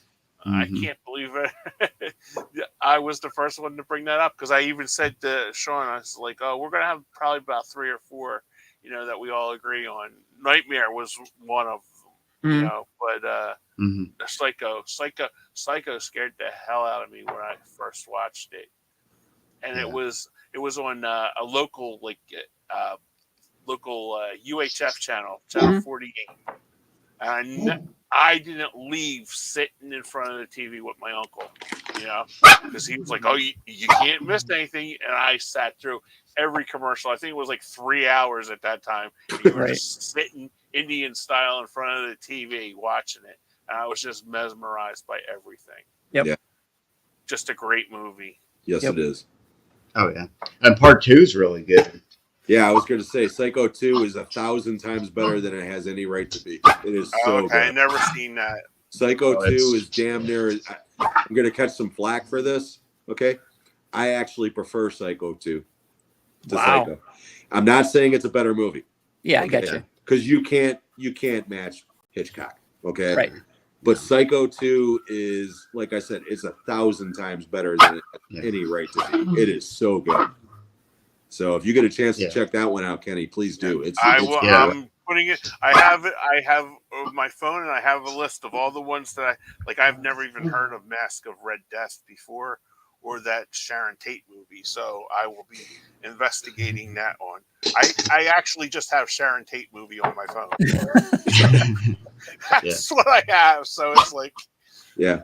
I saw Psycho 2 actually before I saw the original. So that might be why I prefer it. oh, okay. Because my mom had just gotten her driver's license when Psycho 2 came out. So we went to a lot of movies, that summer. Mhm. And that was one of them. She took me to see it. And she was like, she didn't want to see it because the first one terrified her to where she wouldn't take a shower for years. She would take baths, Oh, okay. And I talked her into taking me to see the second one. And yeah, that movie, like I said, it's one of the best horror sequels ever. It is so good. And it's streaming on the Netflix, by the way. Yeah. Plus, was it Meg Tilly? Meg Tilly's just Mm-hmm. gorgeous in that movie. Meg Tilly, Yeah. Robert Loggia. I mean, it's Yeah. got a great cast. How many Mhm. sequels did they actually end up making to Psycho? Were there 4. 4? There's four. think it's There's 4. 4 Psycho movies and a remake. Yeah. Okay. But Yeah. to be fair, the 4th one was originally a Showtime movie, so it wasn't a Yeah. theatrical release. Yeah. And Okay. that one's a prequel. Okay. Yeah. What did And you guys think of the Vince Vaughn version? I hated it. Really? Yeah. Okay. I was going to say I never watched it just because of the first one. I never watched it either. I just I'm not Vince Vaughn is like hit or miss with me because he kind of plays the Oh, he's same fine. character in every. Yeah, I like earmuffs. No, I mean he's earmuffs, fine. He's earmuffs, fine as Norman Bates. Oh, okay. He's not the problem. The reason why that movie sucks is because it's literally a shot-for-shot remake in Oh, color, okay. and they added one little thing, and that's seeing Vince Vaughn jerking off while he's looking through the peephole. Yeah. That's the only difference. Everything Yeah. else in that movie is a shot for shot, and it's like, why bother? It's Watch the pointless. original. Yeah, that's what I heard at the time, that they were going to do it shot by shot and stuff. So I never even watched it just to see how they did it, because it was. I Just saw it theatrically. I saw it Oh, wow. theatrically, and I was so pissed off, I almost walked out Oh, because wow. it was just, it was like, I don't like remakes that much, but if you're gonna do a remake, do something new with it. You know, like the Definitely can't do that. Dawn of the Dead remake is a perfect example. Yeah, that's You a know, good one. They Yeah. take the Yeah. genesis of the idea and then they just expand it, you know, in different ways, and that's great. You know, to me, The Thing is another great example of, you know, taking that general idea of scientists finding a Martian, you know, in Antarctica. Mm, In that original movie, it ain't no shapeshifter; it's a human carrot. right. Human vegetable. Yep. Okay, I'm up, right? Yep. Okay, number 2, and it has been mentioned already. George Romero's classic Dawn of the Dead. To me, the greatest horror movie of all time. It's the only exception I made to this list because I said that I was going to do my favorite, not the greatest. But to me, Dawn of the Dead is the greatest horror movie of all time. It's epic. I love it so much. My brother Greg introduced me to Night of the Living Dead when I was way too young. It was the first horror movie I ever saw. And that started my horror movie phase. When Dawn of the Dead came out, it was unrated. I was too young to see it. I was only 12 years old when that movie came out. I waited 3 years to see that sucker on VHS. And it just blew me away. The effects, some of the zombie effects, as far as like some are blue, some are green, or whatever. Yeah, Okay. yeah. That okay, I'll give you that. Okay. But the actual gore effects are still amazing. I mean, the helicopter blade scene is amazing. Yep. Yeah. The idiot sticking his arm in the blood pressure scene for whatever reason and getting ripped to pieces.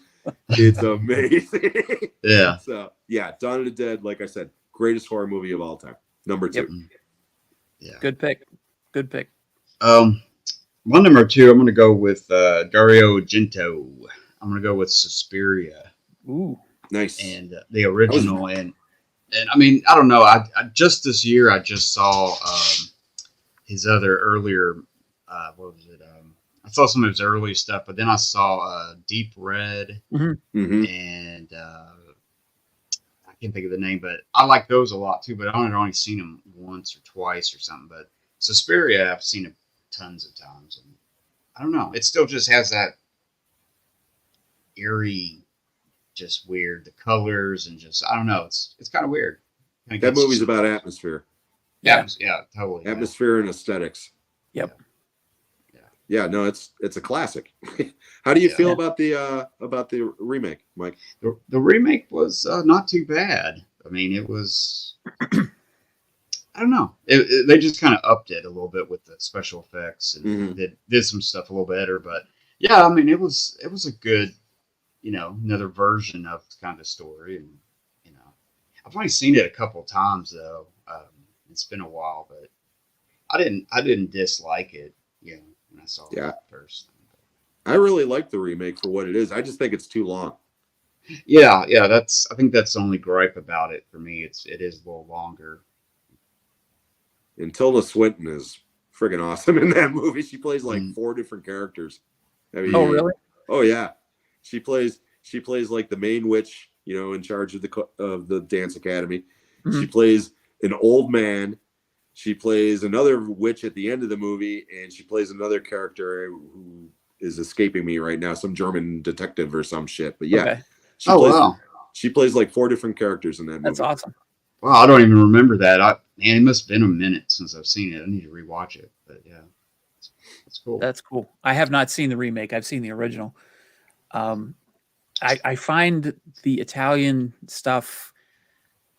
I appreciate it, but I don't find myself enjoying it a lot. Mhm. It's something I got into later. I think if I would have gotten into it younger, maybe I would have appreciated it more. Maybe. I don't know. It's hard to say why I don't Yeah. appreciate it as much. Maybe I'm just not going into it with the right frame of mind, but I did enjoy Suspiria a lot, and Deep Red too. Deep Red's great. Deep Red. Yeah, I like that. Deep Red, I actually like Deep Red more than Suspiria. Me too. I was gonna say, Sean. Yeah, I think I do like Deep Red better than Suspiria sometimes. I don't know. I guess it's one of those. What day is it? I might like it. You know, stuff they kind of switch and stuff. But I was really impressed with that. I saw it. Liked it a lot. But yeah, some of the like I guess it would be Gialli. I guess. Stuff. So it's kind of give it. You know, I don't know. Take it or leave it. Sometimes it's all right. You know. Yeah. Style over substance is the way I always looked at it. Yeah. You know, it's got a very specific aesthetic to it, and I'm kind of like right there with you, Sean. I respect it more than I enjoy it. Yeah. Yeah. You know? I get the atmosphere, and I get that there's a lot of criteria to it, and I understand why people enjoy it, but I'm just like, okay. Yeah, I'd rather watch another Jason movie. Yeah. I'm sorry. I would. I mean, I definitely respect it for what it is, but yeah, I don't know. This year I saw for the first time. It was from 1985. I can't think of the name of it. I want to say Zombie, but it's not Zombie. There's two of them. Demons. Yeah, Demon. Oh, Demons. Yeah, the first one. Yeah, I thought that was pretty cool actually. Yeah, Demons is fun. Yeah, it's got a pretty decent soundtrack. It's kind of techno-y, synthy, and I didn't expect it to be that deep. Pretty decent. They're stuck in a movie theater trying to get out and stuff. It's pretty cool. I have not seen that one. That one I want to check out. I find myself liking the soundtracks a lot though. The music is usually pretty good. Yeah, especially when it's Goblin. Yeah, I was going to say Goblin. Yeah, they actually came to Cleveland not too long ago.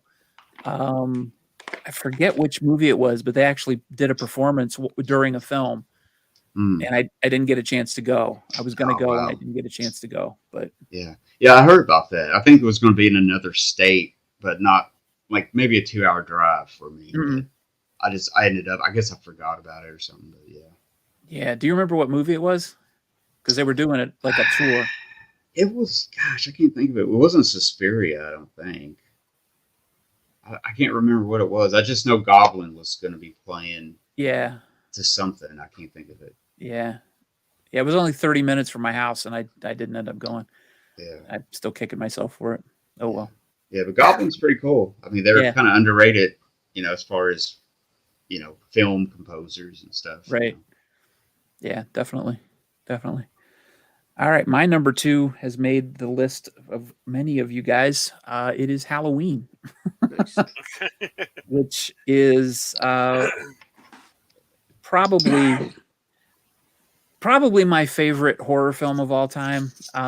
My number 1, I hesitate to call it a horror film, so we'll see what you guys think. But definitely, Halloween is my favorite horror film of all time.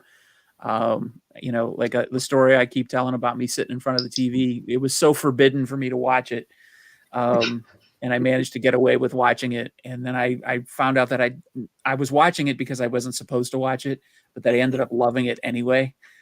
And then watching it afterwards when I could, finding that I could watch it over and over again and still find new things about it that I loved. And then, getting into the whole genre. And so it's what really got me into modern horror. I always watched the old stuff, the monster movies and horror movies when I was a kid from the 50s and 60s and stuff. But that was the one that got me to watch new stuff. And I mean, looking back on it now, it's, you look at my list and everything's from the 80s. But I still watch a lot of the news, new stuff that's coming up now, but I wouldn't if it wasn't for Halloween. That's what got me into horror. Yeah, the 80s was a good time for horror though. Yeah, it was.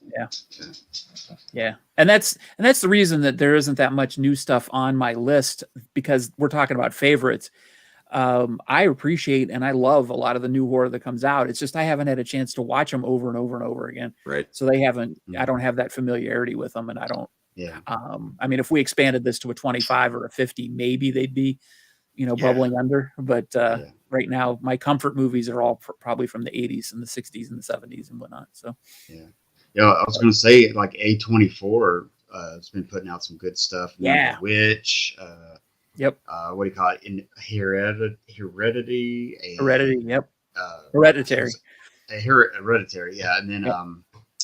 gosh, what's that other one? Midsummer. Midsummer and stuff like that. Yeah, Yeah.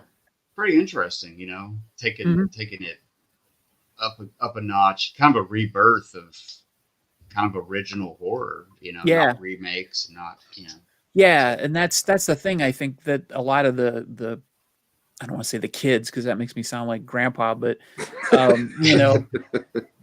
like modern audiences, they just keep getting rehashes of the same shit we watched in the 80s. And yeah, when the new studios come out with stuff that's not just rehashed old crap, I think that's great. That's one of the things that I like about the Terrifier movies Oh, yeah. with Art Yeah. the Clown. They finally got their own horror icon of their own, Yeah. which is cool. They've got their own Yeah. Freddy, they've got their own Michael Myers, and he's great. Mhm. And I think that's really cool. So yeah, the A24 films are great. Neon now is coming out with some good ones, like Long Legs, and I haven't seen it yet, but I just got it today. The Cuckoo, I think, is supposed to be pretty good. It's actually going to be on my Halloween 15 this year, so we'll see if that turns out to be pretty good. Yeah. But yeah, there's a lot of good stuff coming out, and The Substance, which I keep hearing about, which I haven't seen yet. Yeah. Yeah, my buddy Carlos said that The Substance is great. Yeah. Oh, I definitely want to check that one out. Yeah, I'm going to check Yeah. that one out too. So Yeah. it's a good time to be a horror fan. So yeah. Well, even Thanksgiving, he's got that character of the what's his name? The But, Pilgrim. yeah, the Pilgrim guy. Yeah, that could be a whole, Yeah, Cleaver. series. Yeah, series of stuff. 'Cause that's. yeah. I thought that was really good. It kind of put my belief in new horror again for a while because I was kind of, there were some good ones, but I just kind of, it was like a new discovery for me. So Yeah. I liked it a lot. Yeah. Cool. All right, Kenny, My Number one, Kenny.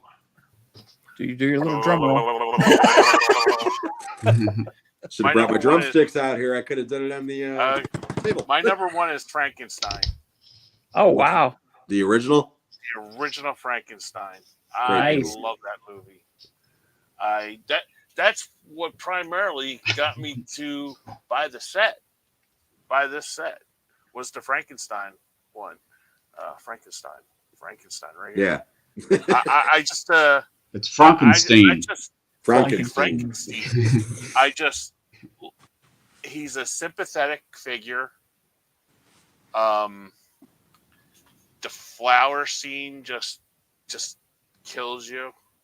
Yeah. You know? Yeah. And it's just that he just wanted to see beauty, Mhm. and not be harmed.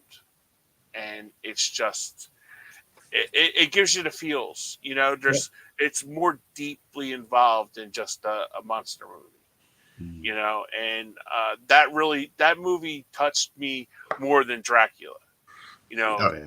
Oh, yeah. it just I just really love it. And that was the first movie I popped in when I bought the set was Frankenstein. Mhm. So Yeah, it looks Yeah. great in 4K. Frankenstein is so good, and Great movie. that's my number one. Nope, that's a fantastic pick.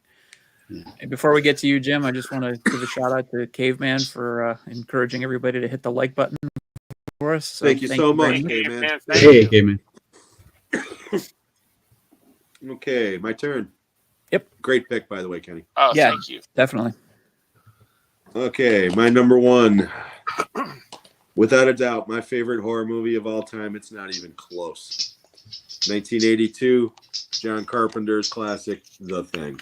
Oh, yeah. Nice. I was lucky enough to see this one theatrically. My dad took me to see it. Me and my buddy Rob, this would have been June of 82. So I would have been about 2 months shy of turning 15 at the time. And my father did not like horror movies that much, and he didn't like science fiction movies, but he loved the original, The Thing from Another World from Howard Hawks from the 50s, because he was a kid at the time. So he agreed to take me and my buddy to see it, and it blew us away. And That's awesome. the last time we were talking about horror stuff, I made a mistake when we were talking about jump scares. Mhm. And I said that the Freddy Krueger tongue with the phone was like one of the best jump scares. No.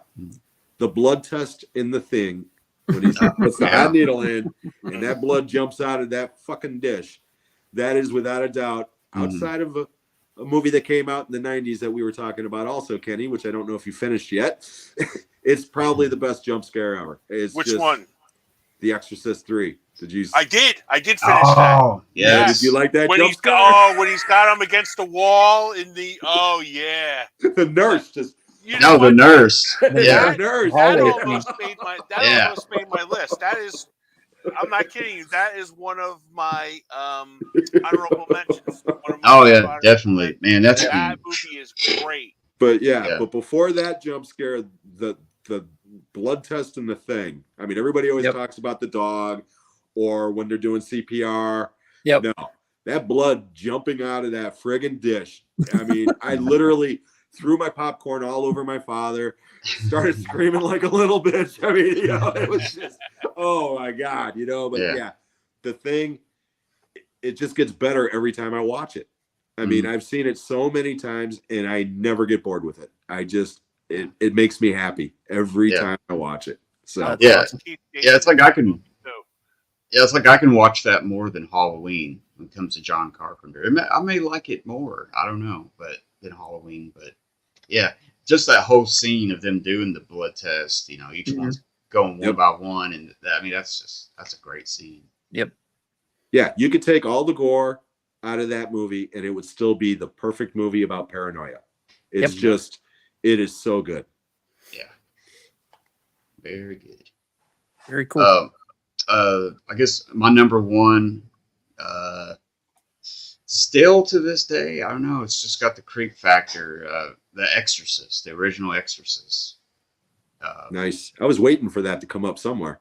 Yeah, it's like I have to put that in there because it used to get me a lot. You try to watch it by yourself in the dark sometimes, even as a grown up, and you're just like, it just gives you the willies sometimes.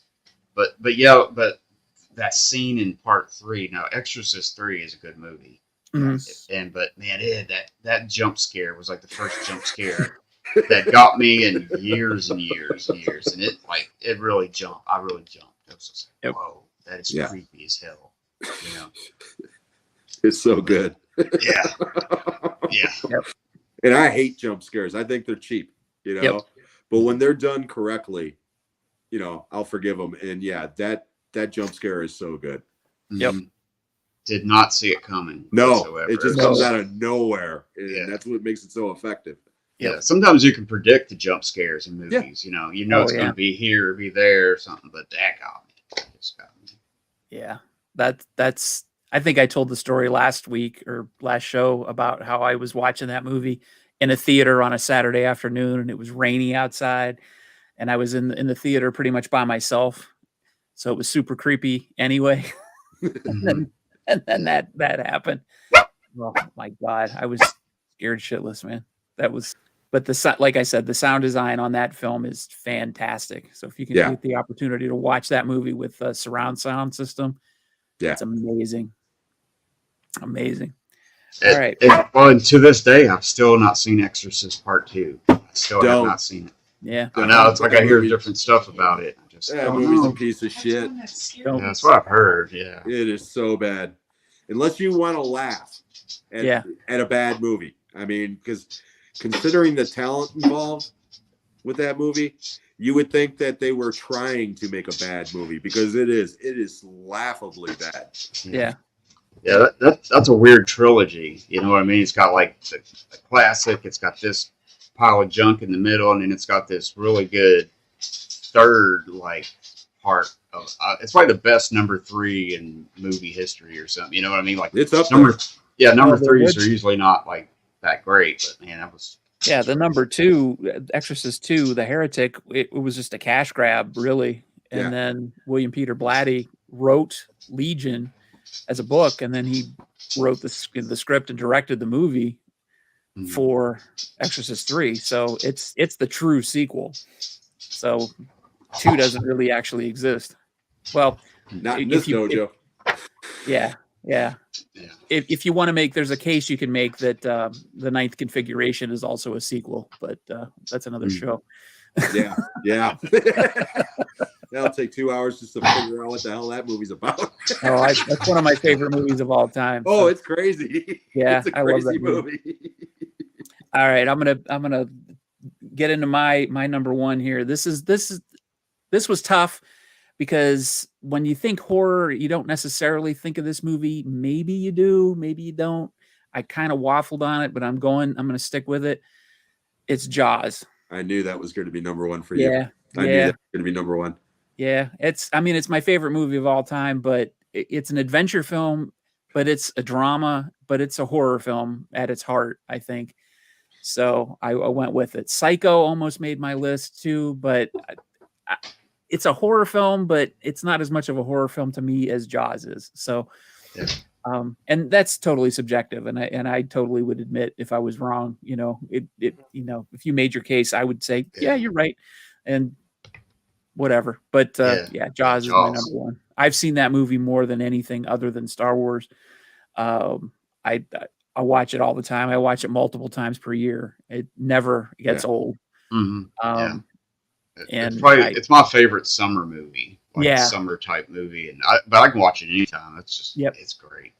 I was going through my Letterboxd history, and I was trying to just pick what my favorite horror movies were, and I sorted through my diary of 5-star horror films, and I saw how many times I've watched Jaws over the last 15 years. I was like, this is ridiculous. It's literally the most watched movie I've had in there. So it had to be number one. So Jaws is probably my favorite movie of all time. Yeah. But I don't really consider it a horror movie, so that's why it didn't make my list. Yeah. That's the one I was talking about yesterday when we were talking. Yep. I kind of figured it would be. Yeah. And Alien is the other one. Yep. Alien to me is, yes, it's a horror movie, but to me, It's at the end of the day, the original Alien is a science fiction movie. It's a science fiction movie, yeah. Because whereas Aliens is an action movie set in space. Yep. Oh, okay. I'm sorry. I thought you were talking about aliens. Okay. Yeah. Like with Jaws, I mean, it all takes place during the day pretty much until they do the ending, and they're out in the shit on the boat. Right. But like if it took place during nighttime, I mean, some of those attacks and stuff would really be, Oh, I mean, those are some good attacks and stuff. They're really good. Yeah, there's scary moments in Jaws, no doubt about it. Yeah. And, it definitely got into people's psyche after they left the theater because people didn't want to go in the water.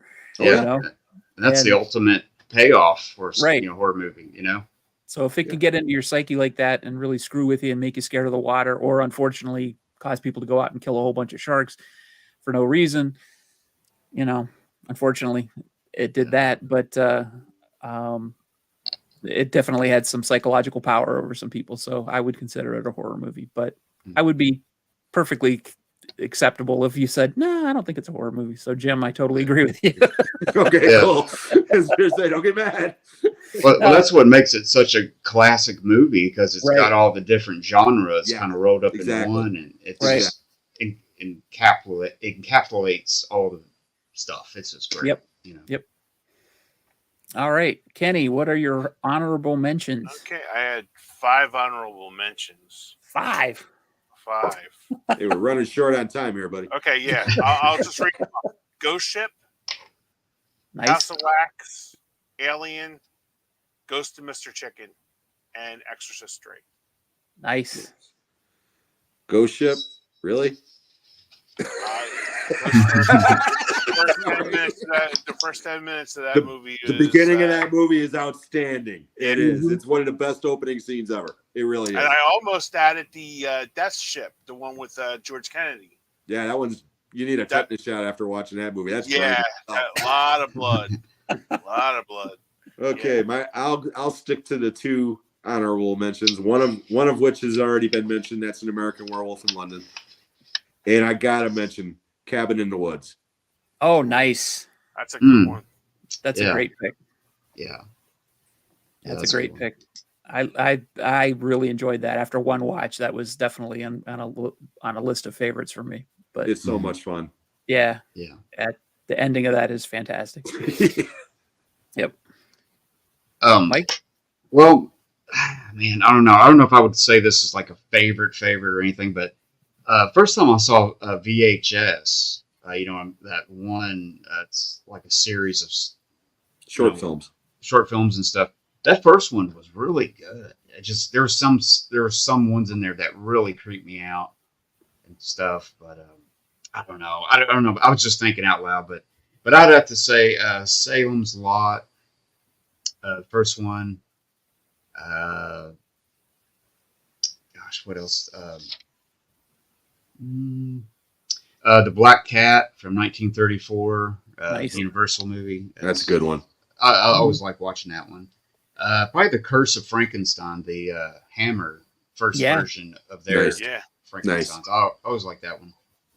And I don't know. I'm going to go with like Heredity, A24. Hereditary. Yeah. Hereditary, yeah. The whole family, we all sit and we watched it on Netflix or whatever, and we were all just like, what? Afterwards, me and my wife were like, what the hell did we just see? It was like so freaking crazy and scary and creepy. It just felt like you had to take a shower or something. It was just Yeah. Toni Collette's phenomenal in that movie. Yeah. She should have got an Oscar. For Yeah, that she movie. should have. yeah, She's that was phenomenal just, in that movie. yeah, so it was just awesome, man. That was a good one. So yeah, I'd have to say that one for sure. yeah. Oh shit. I just saw a picture from that movie with that little girl, and I forgot how weird she looks. Yeah, Mhm. yeah, Mhm. Yeah, I did too. I had to think for a minute. I was like, oh man, but it's not just about this little girl doing weird stuff with like a bird and stuff. It was all this other stuff in the house. yeah. The Yeah. weird, It's the It's a good movie, mom. man. It really Yeah. is. It's a It's slow just a burn, but it's collection of really weirdness good. from the word go. Yeah. But it's a good movie though. It's a really good movie, and Yeah, that definitely gets under your skin. Totally Mhm. agree. Good pick. Yeah, definitely. My honorable mentions are Exorcist 3, which seems to be the underdog of the night, and Phantasm from '79. Yeah. Nice. Yeah. Nice. I One. struggled not to put that on the list, but I haven't really watched that one lately, and I don't watch it a lot. But I love that movie. That's just a great movie. Boy. Yeah, Yeah, the It's all Blu-ray that came out a few years ago, maybe 6 years ago, is a really nice transfer of it. So Mhm. it's a real nice. It's got some Remastered interviews and one. stuff on Yeah. it. I really like that.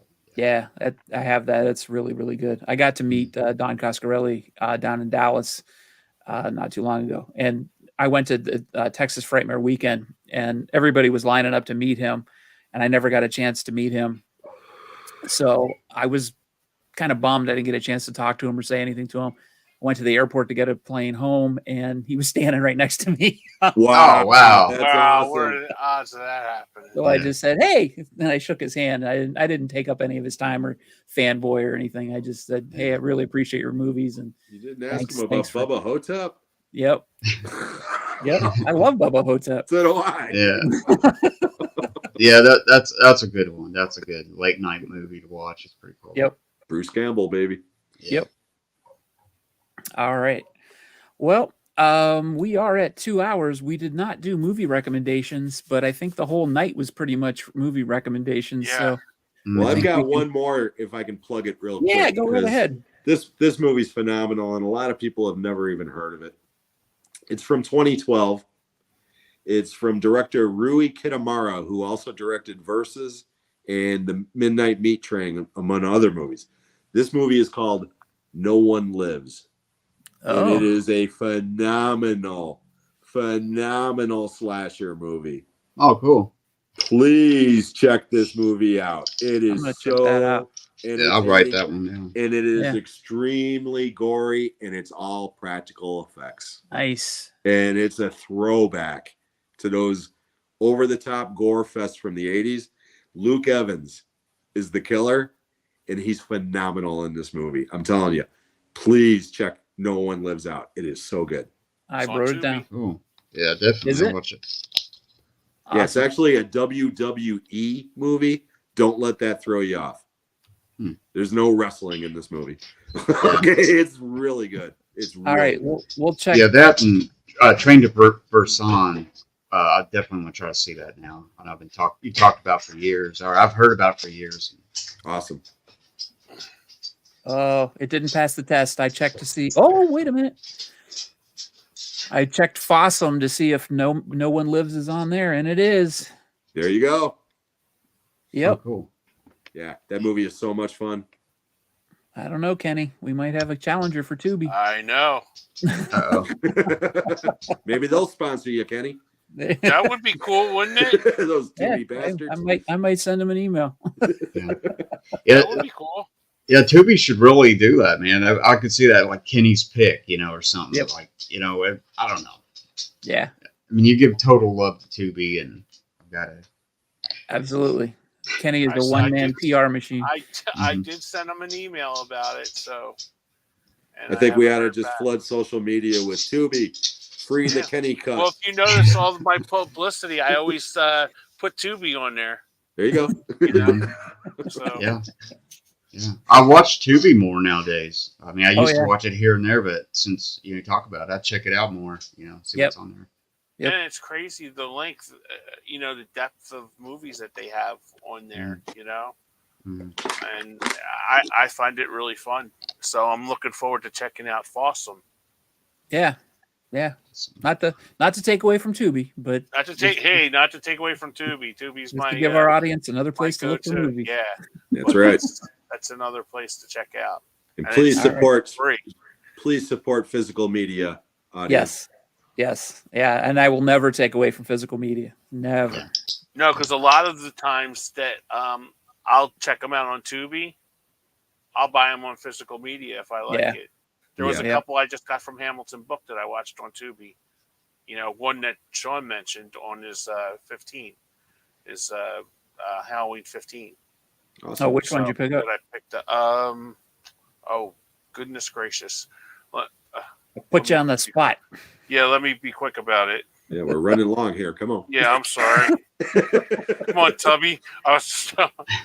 They're I was watching. just, I've been watching getting a lot of Deadpool and compliments Wolverine on and my. It's almost over. Come on. I've been getting a lot of compliments on my Thank you, motorcycle Texas. shirt. Yeah. Thank you, So, Texas. Appreciate it. Mhm. Well, while you're looking, Kenny, thanks, Mike, for coming on and sharing your thoughts with us. Appreciate Thank it. you so much, Mike. Yeah, no problem. Great as Uh, always. I do have a lot of fun, Coming home in sharing the dark. sharing stuff with you guys. And What, Kenny? I'm sorry. Coming Home in the Dark. Coming Home in the Dark. I think that's one that you. I've never heard of that movie. Happy Scrappy Hero Pup. No. I thought that was the one that you had brought up about the. I figured that would get Fuck you guys! Happy Scrappy Hero Pup.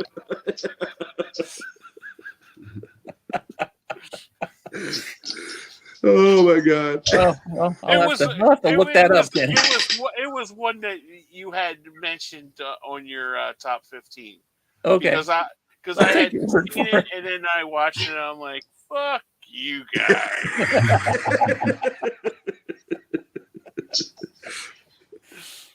Oh my God. All right. Kenny, we'll have to Yeah, really.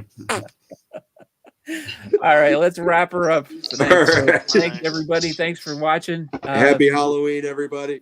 Yeah, Yeah. happy Halloween. And we will catch you next month. The next show is November 5th, Election Day. Please So vote. yeah, please Regardless vote. of your Get out party, there and vote. please vote. Yep. So thanks for watching, everybody. Everybody take Thank it you easy. so much, everybody. Good Good night. night, thank you Yeah. guys. Yeah, thanks for having me again. No, Thanks no for being problem. here, Mike. Thank you. Thank you. Yeah.